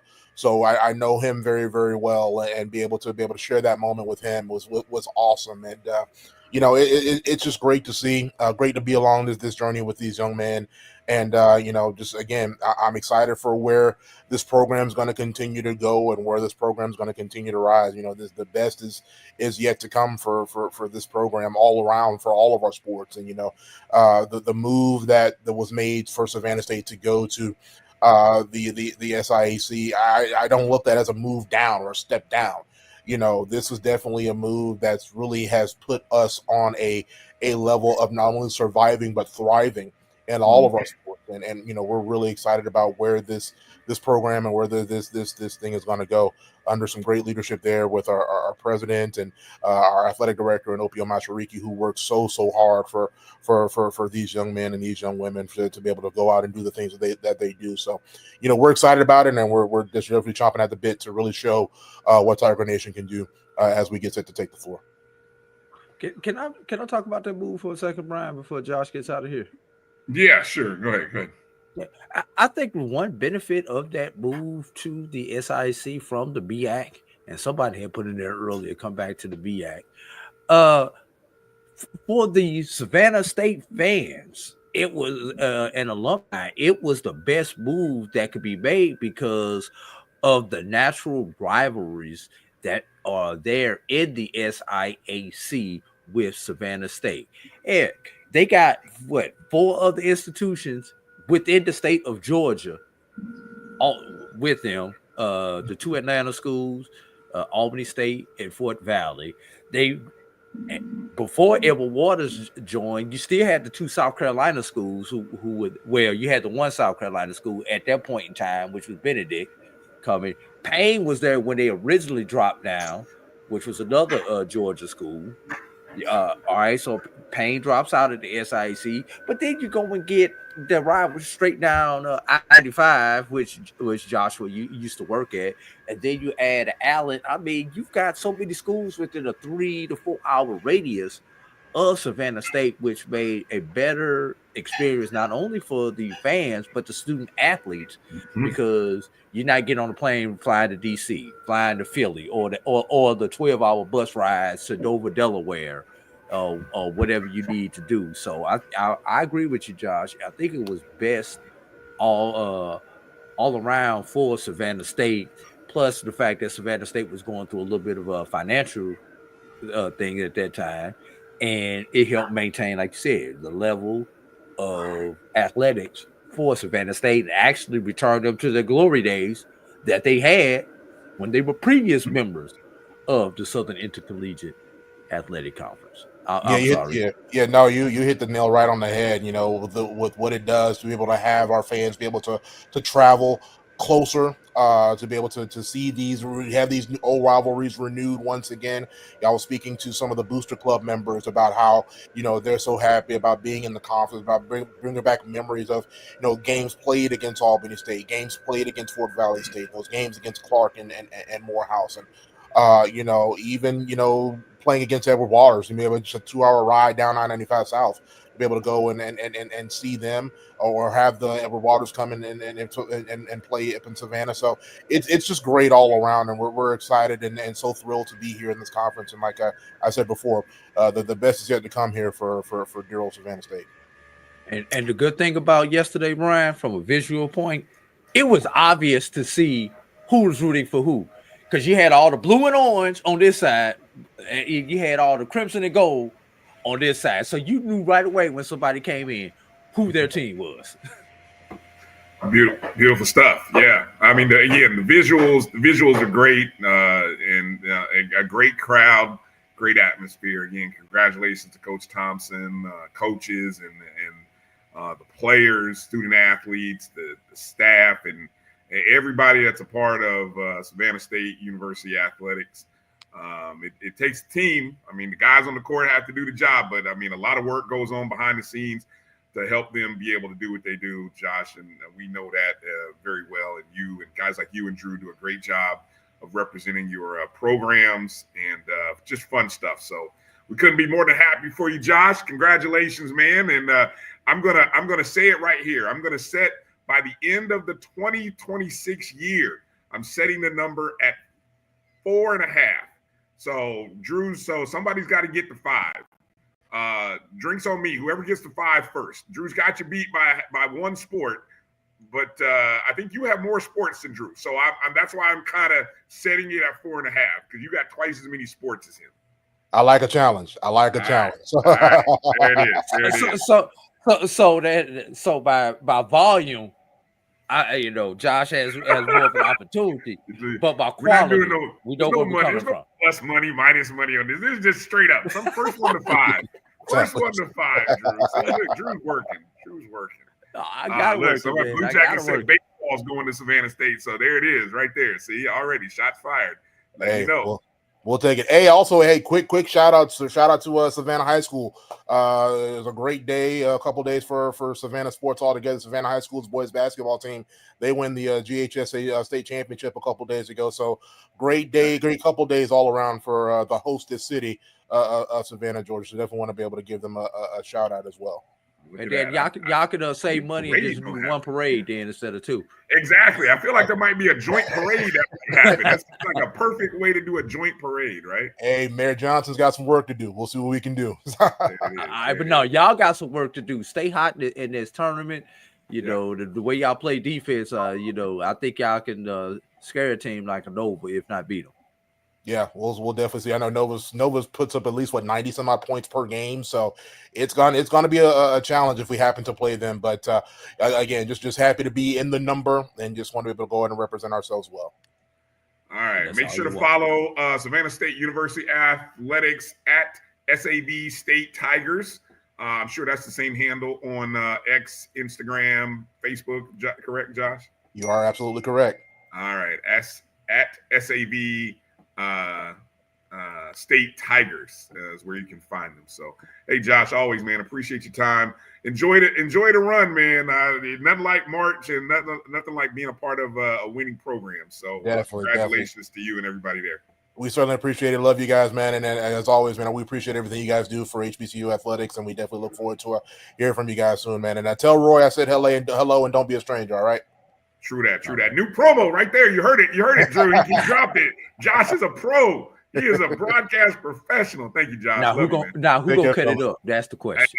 That's a tomorrow problem. That's a tomorrow issue. We'll see when that ad drops a little bit later. Hey, thank you. Hey, holler if you need anything, Josh. All right, man. I appreciate you, brothers. All right. Good stuff. Shout out to Savannah State going down to Nova. And hey, and again, like I said, I love the fact that unlike some of our HBCUs that are playing this week, who are in one bid leagues, the top team is on upset alert, I'm saying today, because some of these great seasons can come crashing to an end because only one team gets in. Unlike Division-II, Miles earned based on their great record in the regular season, even though they stumbled in the tournament. We hope it should still get into the region. And that's going to be a painful 7 seed for whoever has to play them, the 2 seed. Whoever's end up as a 2 seed is going to be like, damn, we got to play these guys. Yeah.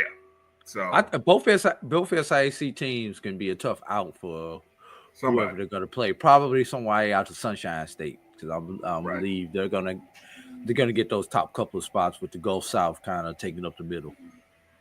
Right. Let me give a quick update here in the CAA quarterfinal matchup. Hampton is taking on UNC Wilmington. Wilmington had a 45-28 halftime lead over Hampton. Hampton is trying to chip away at that lead. They trail by 13 coming up on the 8-minute mark. There's like 8:26 to go in the second half, down 13. We'll see. Can Hampton, can they get it? See what they can do. We're laying 8, and we got the upset. So we're playing not only the 8, but we're also playing for the upset outright.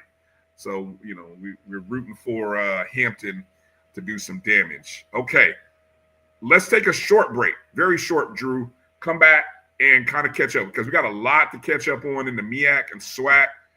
Also, give some final shout outs to a few NAIA teams that won their conference title. And a little bit more. I'm getting long-winded, so let me take the quick break, come back, and catch up on some more basketball talk right here on the BCSN Sports Wrap, right here on the Black College Sports Network. We'll be back in just a moment. Let's face it, shopping for insurance can be time-consuming. That's why when it comes to your auto, home, and life insurance needs, make things simple and trust the experts at Allstate. They will help you get the coverage that fits your needs while helping you bundle your life, home, and auto policies. Bundling saves you money, sure, but it also saves you time, so you can enjoy the things that matter most even more. Contact me, Tammy Haynes, your local agent, for a free personalized insurance quote. Allstate, are you in good hands? There's a shot. It might be. It could be. Right field. Grand slam. What a shot. That's how you get hot, young fella. Thank you guys for what you do for HBCU athletics. This is a fantastic avenue for all of us. This is our ESPN, so we love what you guys do, and all you guys at BCSN. We really appreciate what it is that you guys do for us. Are you hungry for authentic Caribbean food like jerk chicken, oxtail, red snapper, shrimp, tofu, and rasta pasta? Well, find your way over to Mango's Caribbean Restaurant, 180 Auburn Avenue, right next to Royal Peacock in downtown Atlanta. Them belly full, but we hungry. Mango's Caribbean Restaurant, open daily from 11 a.m. to 10 p.m. And on Friday and Saturday, we're open till 4 a.m. Come to Mango's and put some spice in your life. Oh, we've got a good thing going. Mango's Caribbean Restaurant, 180 Auburn Avenue, right next to Royal Peacock in downtown Atlanta. For more info or directions, call 404-698-3992 or log on to mangoscaribbeanrestaurant.com. For instant coupons, text MANGOS to 313131. Tell your mama hungry, papa hungry, brother hungry. Mango's Caribbean Restaurant, authentic Caribbean cuisines. Open up the door, tell your mama hungry. The Cuvée Group is a Florida-based marketing and training consulting firm. We help businesses communicate to their target audience and engage them in conversation. We also help to expand their audiences, which will ultimately result in growth for those organizations.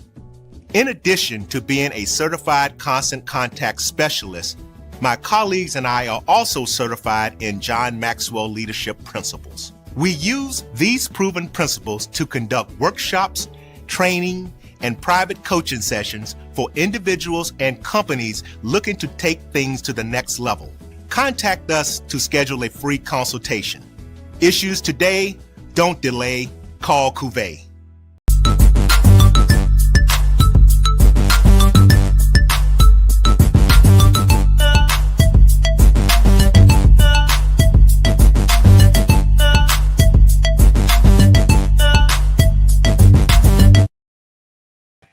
All right, welcome back to the BCSN Sports Wrap. Bryan and A.D. here. Just a quick update from the CAA quarterfinals. Hampton now trailing by 11 to UNC Wilmington. 6:50 remaining in the second half. Hampton trailing by 11 have outscored UNC Wilmington 23-17 thus far in the second half. Again, the team split during the regular season, with Hampton winning the earliest matchup between the two. All right, let's get into talking. Let's start NAIA first. And before Drew reveals some of the brackets, I want to make sure we give a shout out to the teams that didn't get a mention from last week. And the Sooner Athletic Conference had a sweep from the Lions of Langston, as the women won their championship of the Sooner Athletic Conference. I think it was like on a Tuesday or Wednesday when they played that championship. Tuesday, I believe it was Tuesday. Yeah. Yeah. First program title, I believe, in the Sooner. They've made it to the NAIA before, even made it to the championship game of the Sooner Athletic Conference, but this is the first title, if I'm not mistaken, since joining or being a part of the Sooner. And for the men, it's the three-peat. I don't know if you can say that without being a copyright infringement, but I'm going to say it anyway. I'm not printing these shirts. So it is a tray-peat. How about that? I think I can get away with calling it a tray-peat. A tray-peat for our Mr. good Right friend of the program, Mr. Right Time, exactly. Who won his 300th. He won his 300th career game, I think, in the semifinals, and then coach added one more, so he's got 301 now. But the three-time champs, they started the season preseason number 1. So again, last year went to the national championship game, opened the season number 1, and we'll see what the Lions do in the tournament. Exactly, Karen Griffin. Shout out to Langston. Exactly. You know, it's funny. We had a couple of, we'll talk about that a little bit later, Drew, but we had a couple of programs do the double dips in the men and women's. You know, not only did Langston do it in the Sooner, but we'll talk about a program doing it in the MEAC and doing it in the SWAC. We'll talk about them coming up. But let's get over to the bracket. Shout out to Coach Ferrasi Norman and his alma mater. Oh, exactly. Can't forget about Coach Ferrasi. Also, NAIA, we mentioned last week, Florida Memorials women made it in by winning the Sun Conference. Shout out to Philander Smith, their women. They won the first ever HBCU AC conference tournament. That was last Sunday when we were on the air live. And then after we were off, Dillard University, they won the men's championship. So shout out to the Blue Devils, right? Yeah, Dillard are the Blue Devils. Yeah, the BLEU. BLEU, like Devils. Gotcha. Not to be confused with the other. The BLUE Devils. Anyway. All right, let's get to the so shout out to them. All right, I don't think I missed anybody else in the NAIA. Let's get to the bracket, because I think if I saw the bracket, I think we got about 5 or 6. You got, I think, six. This is the men. 6 HBCU programs on the men, and about 6 on the women, or 5 in the women. It's something like that. It's either 6 and 6 or 6 and 5. All right, who do we got here first, Drew? This is the men's bracket. Mm-hmm. This is the Naismith quadrant. Now, I might need to go a little bit larger. Can you read that, or do I need to go larger? Well, I mean, look, it's a tough read, but if you take it out of put it on preview mode right there to the right. No, go back to where you were. Right there. No, to the right there. There you go. But somehow you got to take it off that preview. See that preview on the left? Yeah. There we go. There you go. Now if you zoom in, there you go. And now you can scroll left and right. There you go. All right. We'll describe it as best you can. Don't worry about it. People can figure it out. As long as we know where they're going. And that just how about this? How about we just be, because I know I don't want to. We're gonna, and I should tease this. And there's that quad. Huh? I was saying right, that's that quad. So go through the quad. Tell us who we got. All right. Looks like as a number 9 seed, we've got Florida Memorial. They will open up against Friends of Kansas. Those games will be played in Caldwell, Idaho. Why do we always wind up going to states where black folk are a commodity at, Brian, when it comes to NAIA? This is the men's bracket. This is the men's bracket. Yeah, because somebody went to Idaho last year. I can't remember who it was, or Wyoming or something like that. And the number 1 there is the College of Idaho, and UC, University of California, Merced is the 16. So those 2 winners will play on the 15th. The opening round is on the 14th. In Langston, Oklahoma, number 4 seeded Langston, Oklahoma, will take on St. Mary's of Kansas, and Central Baptist of Arkansas will take on William Carey, who is in the Southern States Athletic Conference. And should they play William Carey, Coach Wright is familiar with them because when he was at Talladega, Talladega was in the Southern States along with William Carey.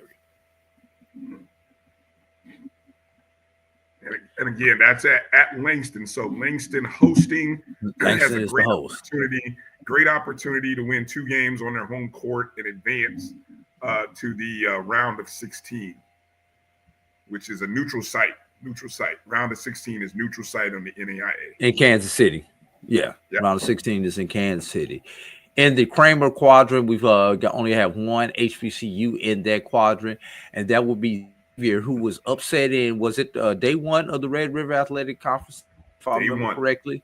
They come in as a number 14 against Ave Maria out of the Sun Conference in Florida, and that will be in Dalton, Georgia.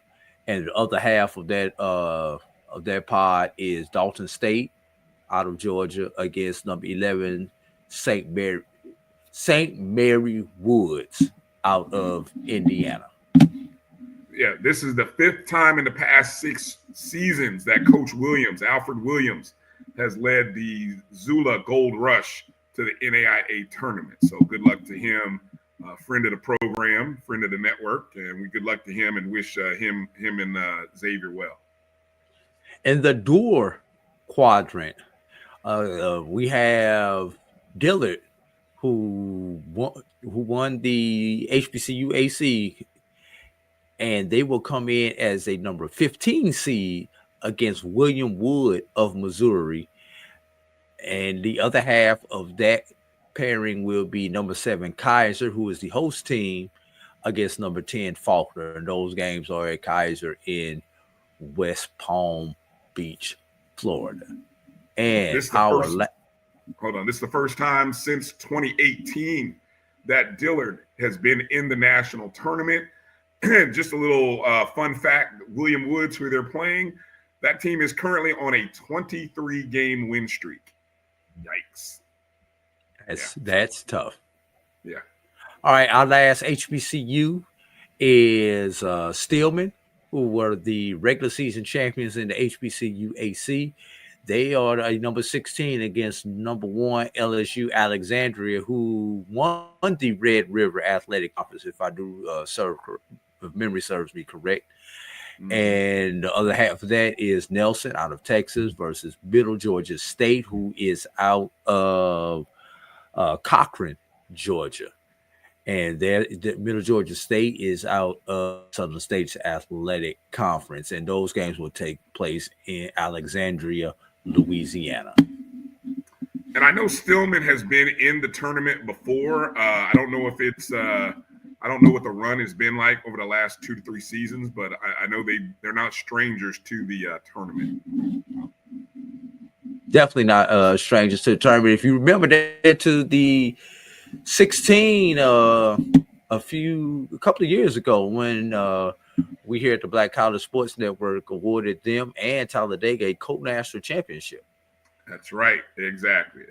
So again, five 5 HBCUs playing in the NAIA again: Florida Memorial, Langston, Xavier University, Dillard University, and Stillman College. All right, Drew, let's go over to the women's side.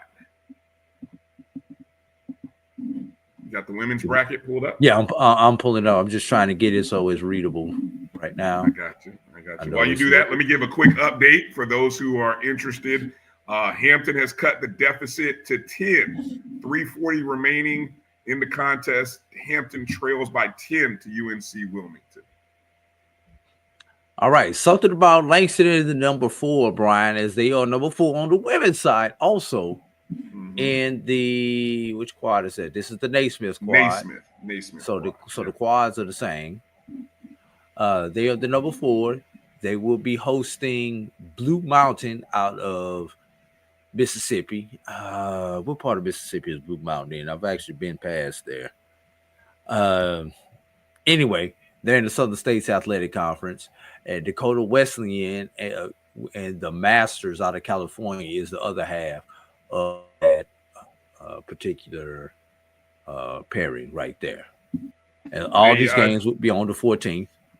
Yeah, just in case you didn't know, this Langston team, of course, being coached by first-year coach Chris Vincent, who was actually an assistant coach for Coach Wright over on the men's side. So he's familiar. He's taken a little bit of that success he's had with Coach Wright and taking it over to the women's program. And, they end up with a 26-2 overall record, which is a school record. So good stuff.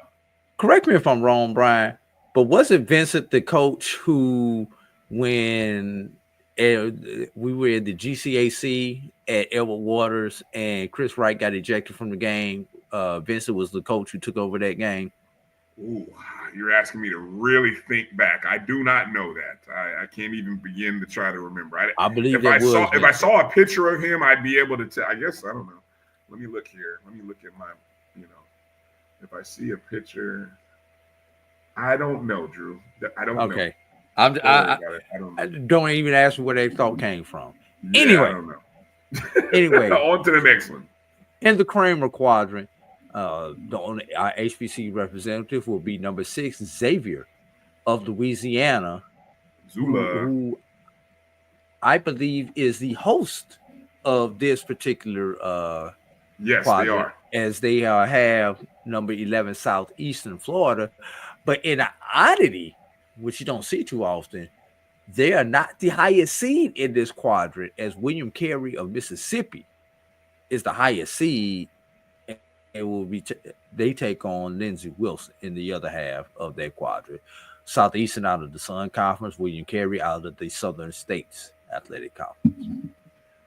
Second year in a row for Coach Bo Browder and the Gold Nuggets. This is the third time in the past 4 seasons that they've gone over 20 wins, 27-3 overall record. They went 22-2 in the Red River Athletic Conference. Again, lost in the semifinals of the conference tournament. But this is a good squad. This is a good Xavier team. And we need to do some research, Brian, because Bo Browder should be closing in on number 600 real soon. I think you might be right. I thought it might have. Who knows if it already came? But anyway, you might be right. You might be right. The remainder of our HBCUs are all in the listing quadrant, with number 16 Philander Smith going to Marion, Indiana to face Indiana Wesleyan. And the other half of that is Grandview, Iowa against Olivet Nazarene out of Illinois. Number 11 Steelman will be going to Fort Wayne, Indiana to take on Rio Grande out of Ohio. And the other half of that is St. Francis, who is the host team, against Indiana Tech. And our final ECU is 7 Florida Memorial against number 10 Indiana Northwest. The other half of that pairing is number 2 Freed Hardman out of Tennessee, who is the host, and number 15 Johnson out of Tennessee. Yeah, really interesting to see 3 teams all in the listing quadrant. Of course, but at least they have them in the spot where they don't cancel each other out early. True. Let's see. Philander Smith. Let's see. Trying to see if there's any interesting nuggets here. Again, 15-10 overall record, 9-8 conference record. They're taking on Indiana Wesleyan, who's a 26-2 team. So they got a tall task. Of course, you'd expect that 16 versus a 1. Stillman, the second team out of the HBCUAC. They were the regular season champions. Correct. 14-4 overall record, 17-1 conference record. Somehow I think that's backwards. But anyway, I'm just reading here. So, and they're actually going to take on the Red River tournament champs, Rio Grande. So that's an interesting matchup. And then Florida Memorial, who you mentioned, regular season 23-4, 13-3 in the Sun. They regular season and tournament champion, if I remember correctly. Exactly. So yeah, and they're traveling to take on IU Northwest, and that's a 23-7 squad as well. So looks like we have Florida Memorial's men and women in the tournament, Stillman's men and women in the tournament, Xavier's men and women in the tournament, and Langston men and women. So 4 HBCUs are taking their men and women on the road into the national tournament. That's an athletic director's nightmare. But I'm sure it's a pleasant nightmare. Because you know why? Because whichever team that the athletic director goes with, the other team is going to bitch about it. Why did you go with that team instead of with us? Yeah, well, you ain't doing us no favor. That's why I say it's an athletic director's nightmare on that one. Gotcha. All right. It looks like unless you let the athletic director go to one and the president go to the other. Oh well, you think the president's going to get out on the road? They should. Don't see that happening. But anyway, all right. Starting to get away from Hampton right now. They're down 14, 76-62 with 1:17 left to play. I think the fouling game has started, and UNC Wilmington's making free throws. So this isn't good for those of us who had +8 on Hampton. We've kind of tossed away our money line. That ticket is gone. Whatever. But anyway. All right, let's get into the MEAC. I think we've hit most of the Division-II NAIA talk. Again, I want to let you guys know tomorrow evening, right here on the Black College Sports Network, we're going to do a Division I men and women's MEAC and SWAC tournament preview show right here on the Black College Sports Network. A lot of the voices that you hear that cover have been there all season. Myself, A.D. Drew. I'm checking in with a couple other guys across the network to get their availability, but we're going to try to do a deep dive. So we're not going to do too much of a deep dive here tonight other than just mentioning some things. We will go deeper dive with some analysis, predictions, things of that nature tomorrow evening. And also, Drew, I'm putting together a bracket.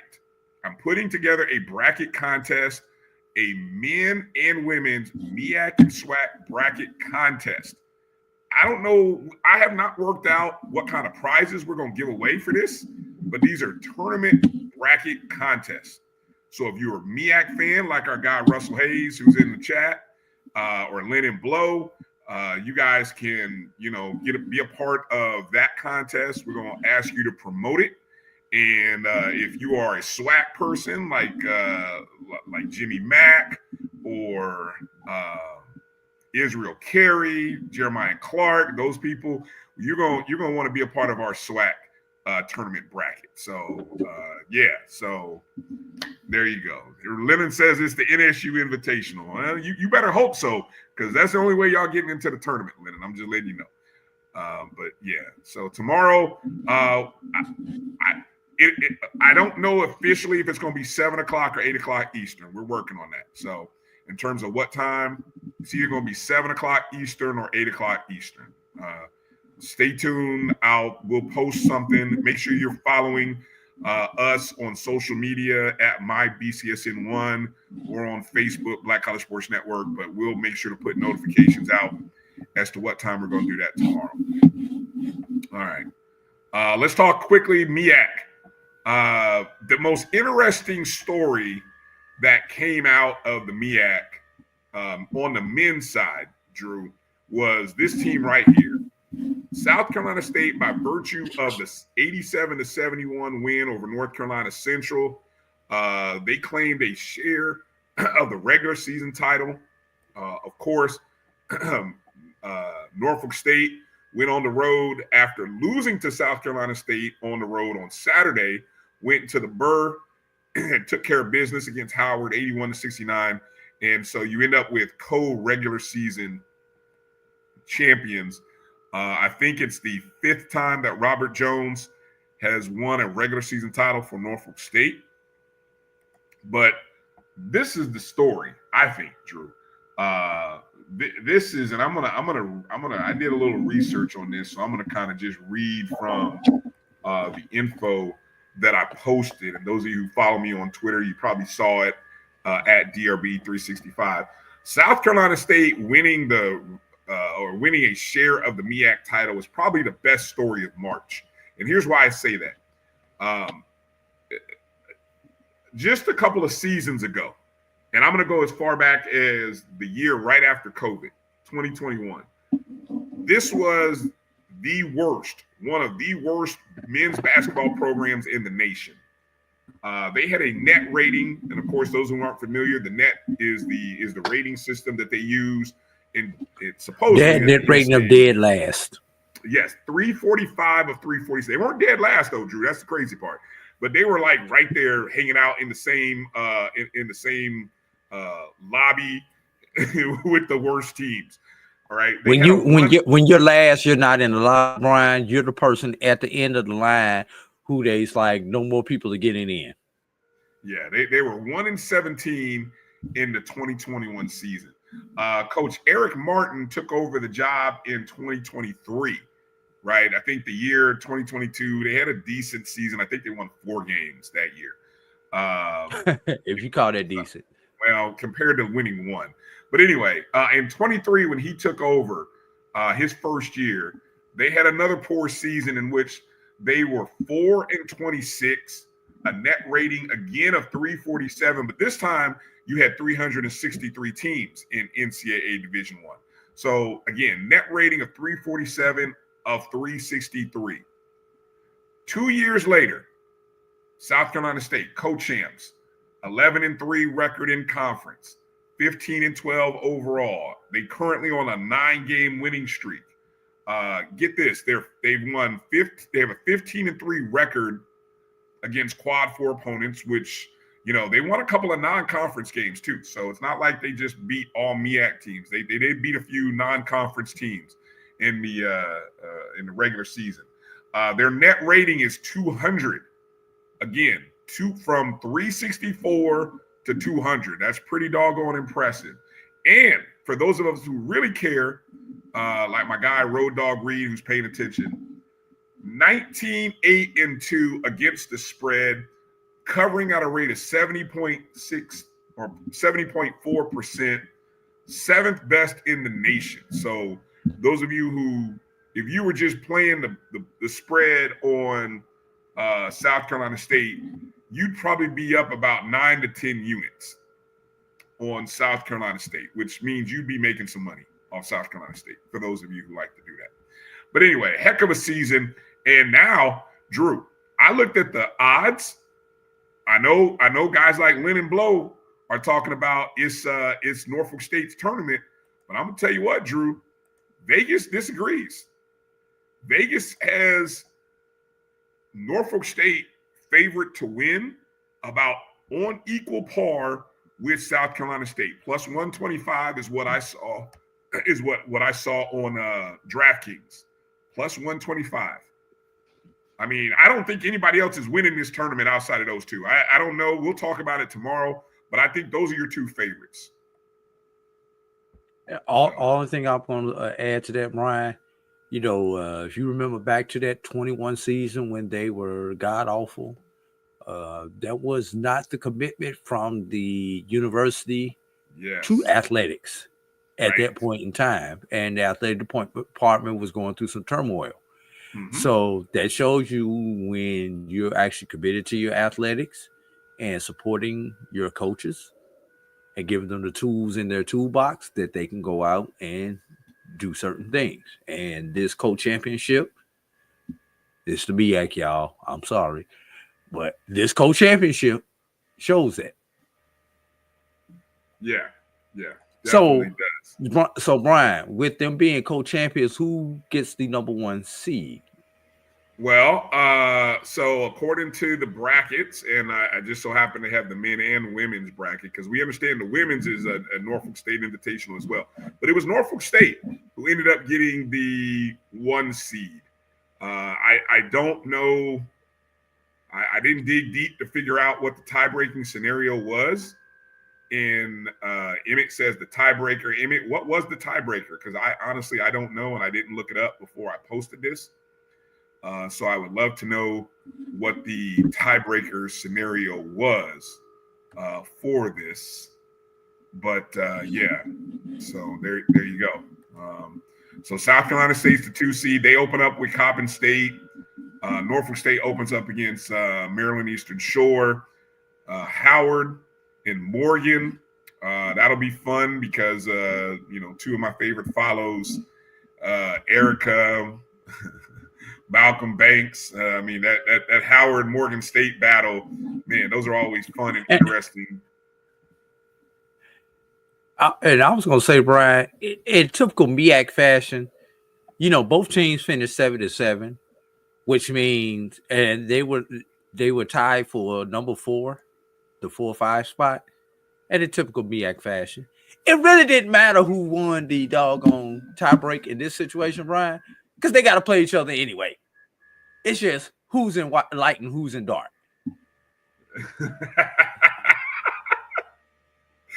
Exactly. You're just playing for the bigger locker room. That was all that mattered with that. That's all it is. In 18 bracket, the 4-5 will go play anyway. So the men's bracket again. The games begin on Wednesday, the 12th. March the 12th is when the games are played. Let me see. Hold on, I got the doggone wrong bracket up. I got the women's. I messed it up again. There's your Norfolk State Spartans, of course, regular season champs again, unblemished, unbeaten, doing what they do. They had a 14-0 conference record. The 2-time defending conference champs. Now that, if you talk about that being the Norfolk State Invitational, that's the one where you're looking to say, okay, who can knock them off? And Howard, in that game that they played on Thursday, Howard's only 2 losses in conference play have come to Norfolk State. So, I'm not gonna be cliche and say it's hard to beat somebody 3 times because I don't think that's true. But it might be hard to beat Howard a 3rd time. We've seen it happen before, Drew, where somebody had gone into the tournament 2 losses, and then in the championship, they end up winning. And God help if that were to happen to Norfolk State. Those dreams of being a 14 seed or 12 or what was it we were talking about on the last show? Somebody said. I don't remember. I don't know. But anyway, those dreams will quickly go to the wayside. There's only one bid coming out of the MEAC, and unfortunately, it's the person who wins the MEAC conference tournament. So despite what Norfolk does.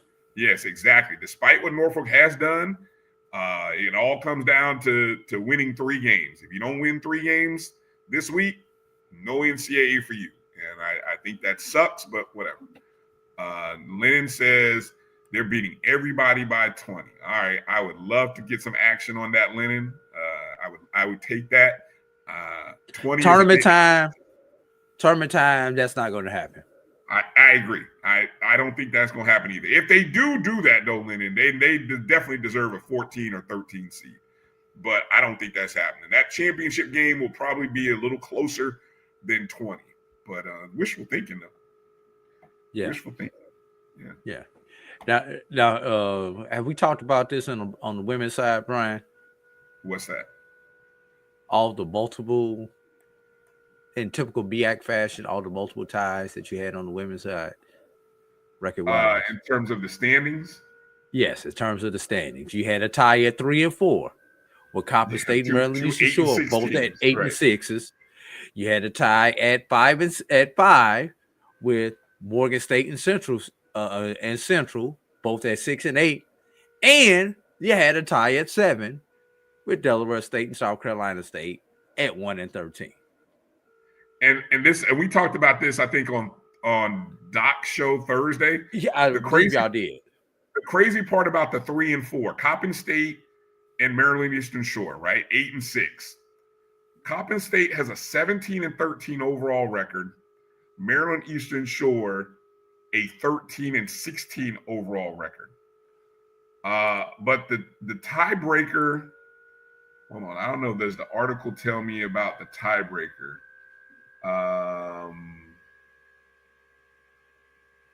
No, of course it doesn't tell me what the tiebreaker is. So I don't know. But whatever the tiebreaker was, it wasn't based on overall record. I don't know, if it was head to head. It would have to be head to head, I guess. Which they probably split. I mean, if you think about the standard tiebreakers, obviously head to head is always first tiebreaker. Your next one is usually the record against the highest finisher. And then you go down from there, and probably at 8 and 6, they probably all tied with that. And then you start getting into potential point differentials, and sometimes you get into net ratings and different things like that. But the two top ones are head to head and record against the highest finisher in the conference, which obviously is nobody beat Norfolk State. So you go down to the next one. Depends on their record against Howard. If that was tied, did they keep going down the line? Morgan, Central, Delaware State, South Carolina State. If they're still tied after that, then that's when it gets crazy. Right. The second time that Maryland Eastern Shore and Coppin played, Maryland Eastern Shore won 62-56. Let me see how quickly I can find the first meeting between the two. And that may determine how that went down, especially if it went down to Coppin State won the first meeting by 5, 66-61. So,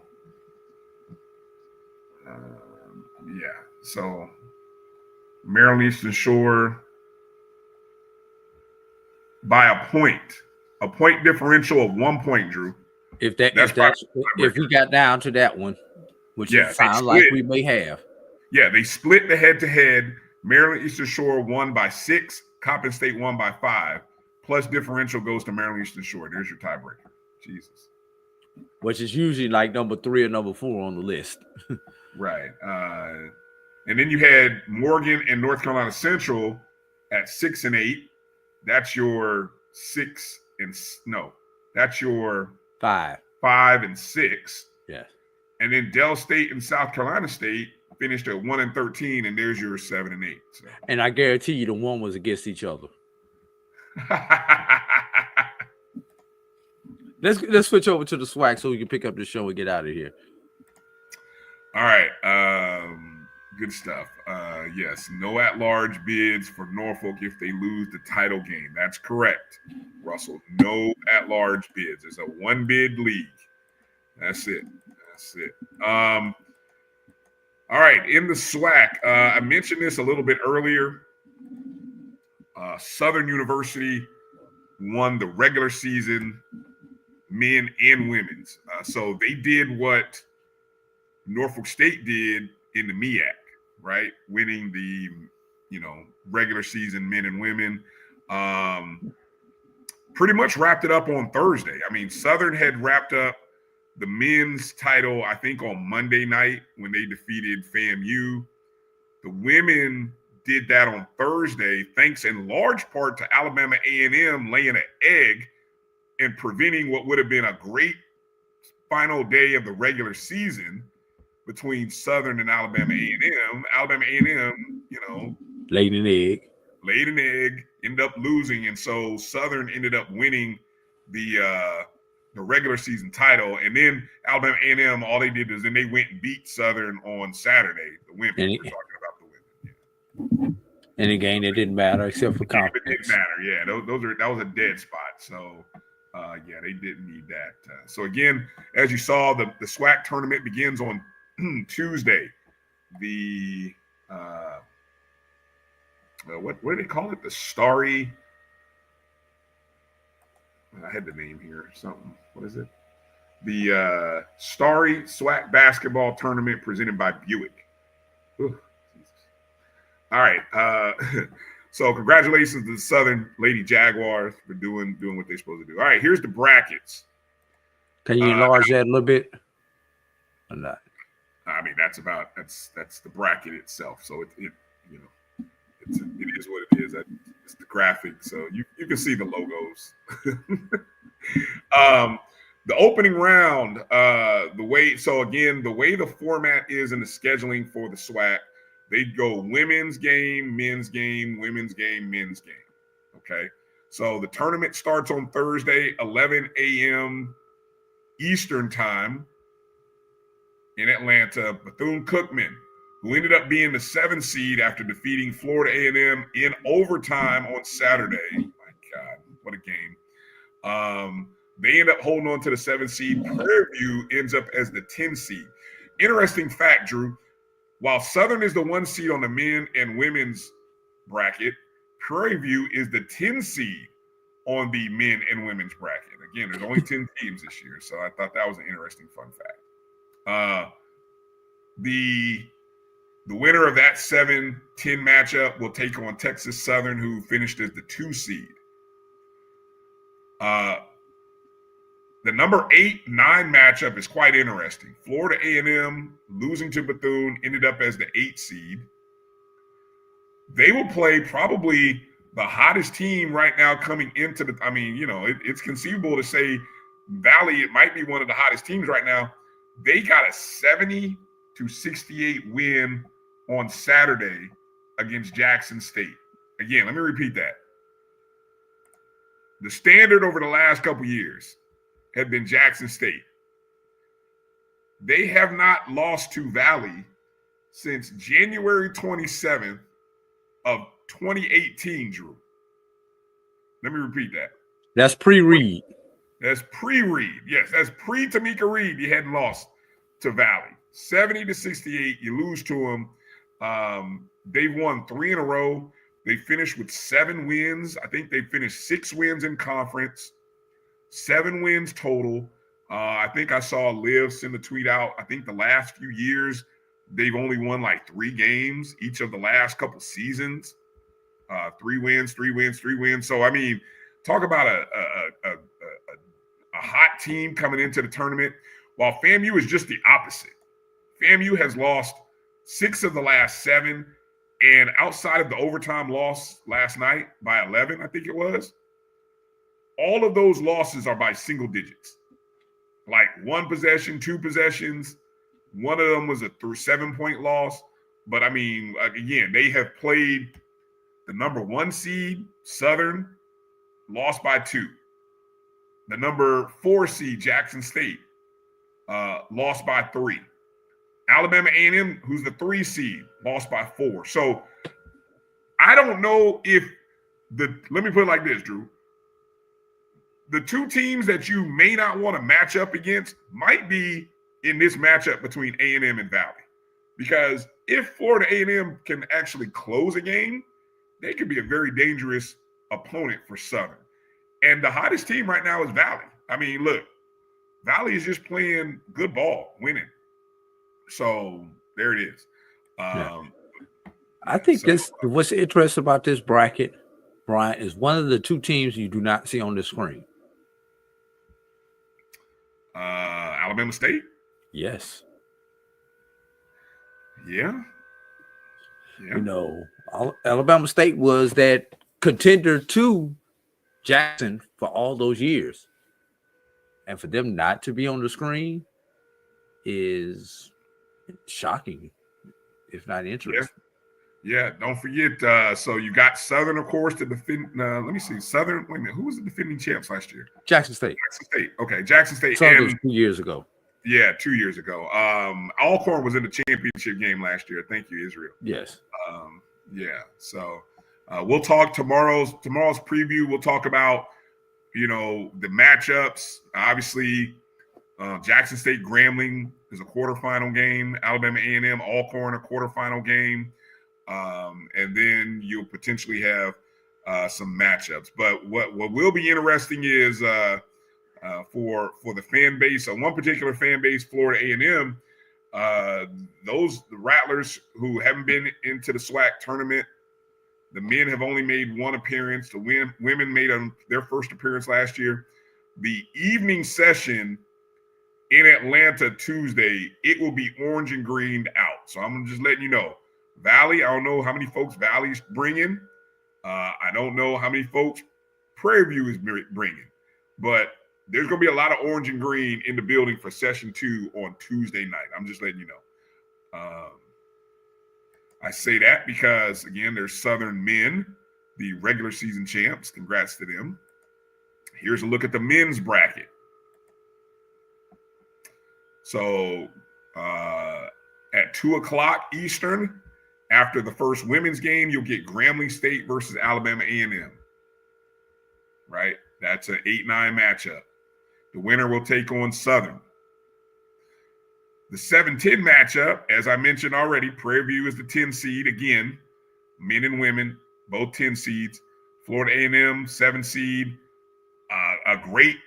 For Bethune, outstanding game. Game winner for Florida A&M, epic collapse. We'll see. We'll see what it means going forward for FAMU. The winner of that game will take on Jackson State. So that'll be an interesting matchup, especially if Florida A&M were to win that game. I think that might be we say basketball's a game of matchups, Drew, might be a bad matchup for Jackson State. They will be quietly rooting for Prairie View A&M. I'm not gonna lie to you. I will be there Tuesday night, Brian. Okay. The only thing that I have to figure out, Brian, is do I wear my Rattler gear? And it's not because I don't want to show love to my alma mater. But, if I come in on a credential, I have to be careful about wearing Rattler gear. Why is that? Because, you're not supposed, if you're on a press credential, unless you work for that institution, you're not supposed to be, showing that favoritism or rooting. Wait a minute. Where's that? If you cover the team, how's that? Just something I'm thinking about. I've never heard that. Never had anybody say that. In other words, go ahead, pull the green out the closet. And pull it out. I just got to make sure I keep it in the car because I got to have a change of clothes because I can't wear the Rattler to work. Okay. And I'll be coming from work to. I got you. To the gateway. All right. Israel said Jackson State not rooting for PV. You should though, Israel. I'm just letting you know you should. But okay, we'll see. So Brian. Yeah. Say either men or women win on Tuesday, which means they play again on Wednesday. Behold, what becomes of the ONG strike zone? You don't have to answer that right now. You know what? I didn't even think that far because that might become a watch party because I've already kind of booked one of our guests for that game, former head coach Mike Gillespie. Who the last time the Rattlers went to the tournament, he led them back in 2007. He did it twice, 04 and 07. But that's a great question, AD. That might become a watch party. Because that's right there during showtime. It is right during showtime. Taking on Jackson State at that. So that'll be real interesting. Huh. You got 24 hours to think about it and announce it on our Monday show. I do.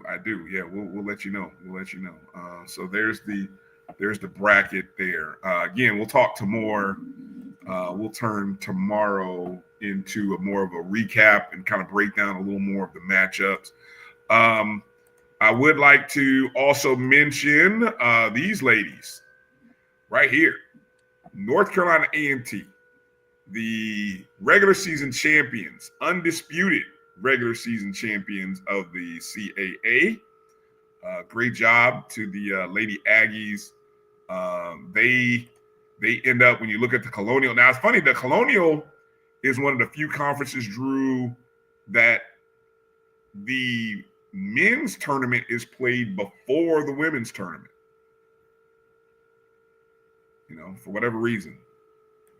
So the women, North Carolina A&T, will play on Friday at noon against the winner of the 8-9 matchup. As you can see, the Hampton Lady Pirates are the 13 seed. They will play the 12 seed on Wednesday. So, A&T kind of does a Final Four double bye. I guess you can do that when you have 14 teams. Yeah. And as you can see, the tournament will be at the Care First Arena in Washington, D.C.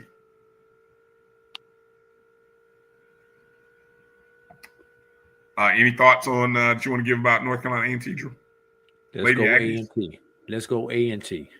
Exactly. Again, another team CAA one bid league. I'm sorry. One bid league. Yes, one bid league, and they could be a 12 seed. I heard Dave say that they could potentially be a 12 seed if they can win the tournament, given their record. But again, got to win the tournament in order to get that 12 seed, because the CAA conference is highly rated enough so that they could do it. All right. I think we hit all of the talking points. We'll kind of have some odds on the SWAC tomorrow. I'll do some digging, and I think it'll be real interesting because I'll tell you the one team that I'm already looking to see where their odds are. Texas Southern. They should be, mathematically, they should be the favorite. No, stop it. No. You can't make them a favorite. What is their seeding? Go back and look at it again. You can't make them a favorite. Brian, this Texas Southern we're talking about.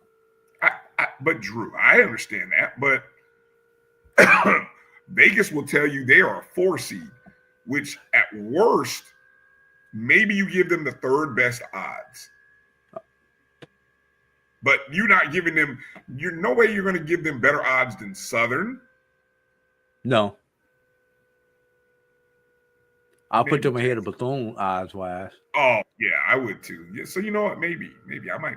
But it's still, then that just means there might be actually, I'll put them ahead of Jackson State's odd-wise also. I knew you were going to say that. I would agree. My bad, Charles. My bad, Bishop. I wouldn't disagree.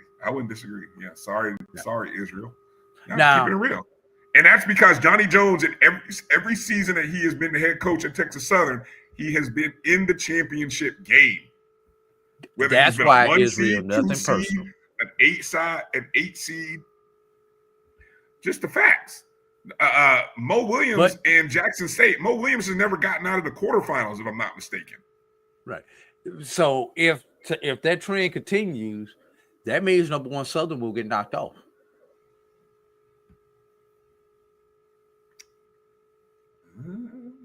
Hey, it is what it is. Right. It is what it is. If they end up playing each other, I'm telling you now, I might be taking the points with Texas Southern just because it's Texas Southern. Right. Hey, Brian, when we come back tomorrow on the show, I need anybody on here. I need you to pick your sleeper team or your dark horse team to win the especially on the SWAC tournament, but both the SWAC and the BAC men and women. And let me quantify this. Southern is not a sleeper team. Texas Southern is not a sleeper team this year. They have to be 5 or lower in order for them to be a sleeper team. 4. Come on, Drew. I think you got. There's only 10 teams. So that gives you 6. Okay, we'll go. It can't be top 3. Okay, hold on. Let me go back. If you say they're not a sleeper seed, was Savannah State a sleeper of the SIC? Yes. What was their seed? They were number 4 in the East, which is equated to a 7 or an 8, depending on how you do it. Okay. All right. Well. Okay, that's a good point. All right, then. I got you. All right, so 5 or less. 5 or less. Sleeper team 5 or less. 5 and down. 5 to 12. 5 and down. All right, there it is. So 5 to 10, rather. And how are you going to quantify that in the MEAC though, where there's only 8? After top, we'll go 4 down. We're gonna give you top 3 seeds. You cannot count. No, you can't count the top 3. So it has to be 4 or lower. Okay. All right. Who's your dark horse? Who's your sleeper? All right. You're asking me. I'm not giving. No. You that. I'm talking about the people in the chat. Y'all need to have that answer ready tomorrow. All right. Exactly. Have your dark horse ready. That's your homework assignment in Dr. Cavill lingo. There you go. All right. We've kind of set it up as much as we can. Again, tomorrow night, make sure you're following us on social media, the Black College Sports Network on Facebook, at MyBCSN1, the number 1. Also, again, have yourselves tune in, subscribe, MyJBN online, or the BCSN SportsWrap YouTube page. And when we put the announcement out in terms of the start time for our MEAC and SWAC tournament preview show, we'll let you guys know. It's either going to be 7 o'clock or 8 o'clock Eastern. We're just trying to confirm some things with some people. D2 pairings come out tonight, men and women. And NAIA gets started on Friday. So find your favorite HBCU, or if you don't have a favorite one that's still playing, find the closest one to you and support them. Gotcha. All right. Final score from out of Hampton, UNCW, UNC Wilmington, 70. What was it? 79, Hampton 65. So Hampton's season comes to an end. One of the things that we'll talk about probably on next week's show is maybe getting an early look at the CB. What is it? CBIT? The college, the HBCU CBIT. Is that the name of it? Black College Invitational Tournament. Or is it the BCIT? Yeah, the one in Charlotte. Wait a minute, did I say it? I got to be careful. Talk about the one in Charlotte. Yeah, I almost said that. Yeah. Damn, that's real close to something else. I just caught that. Let's go. Whoa, wait a minute. Whoa, slow down there. All right, I got you, Drew. Let's get out of here. Let's go. All right. Let's get out of here. Hey, check out the BCSN Pod Zone. Everywhere you listen to podcasts, BCSN Pod Zone, Spotify, Amazon Music, iHeartRadio, Apple Podcasts, and more. Make sure to check us out on Spotify, all those good places. We appreciate you guys, your support. We always enjoy the interaction, and we'll try to be a little bit better tomorrow. Make sure to check us out. And okay, Black College Invitational Championship. So see, my letters started. I said TSC, BCIC. See, you're the one that had me almost. Oh, you was tongue tied too, man. It's always tough with new ventures, and so we'll talk about that a little more. Appreciate you guys. Hit the thumbs up and the like button on your way out the door. Share the show, share the feed, rate, subscribe, review, so on and so forth. And thanks for your time tonight. We look forward to talking to you tomorrow. It's March Madness. Ready for more hoops talk, and we'll have a great breakdown tomorrow of the MEAC and SWAC tournaments, men and women brackets, And we'll give you more information on our bracket contest. So get ready. I'm putting the work in, getting the bracket contest ready. I'll have all that released tomorrow, and we want you to come join us and make your voice heard as well. All right. Again, thanks to Brandon King for joining us. Thanks to Joshua Jackson as well. And for A.D. Drew, I'm Brian Fulford. Be well. Have a good night. We'll see you tomorrow. Everybody. Well, holla. See you, Nay.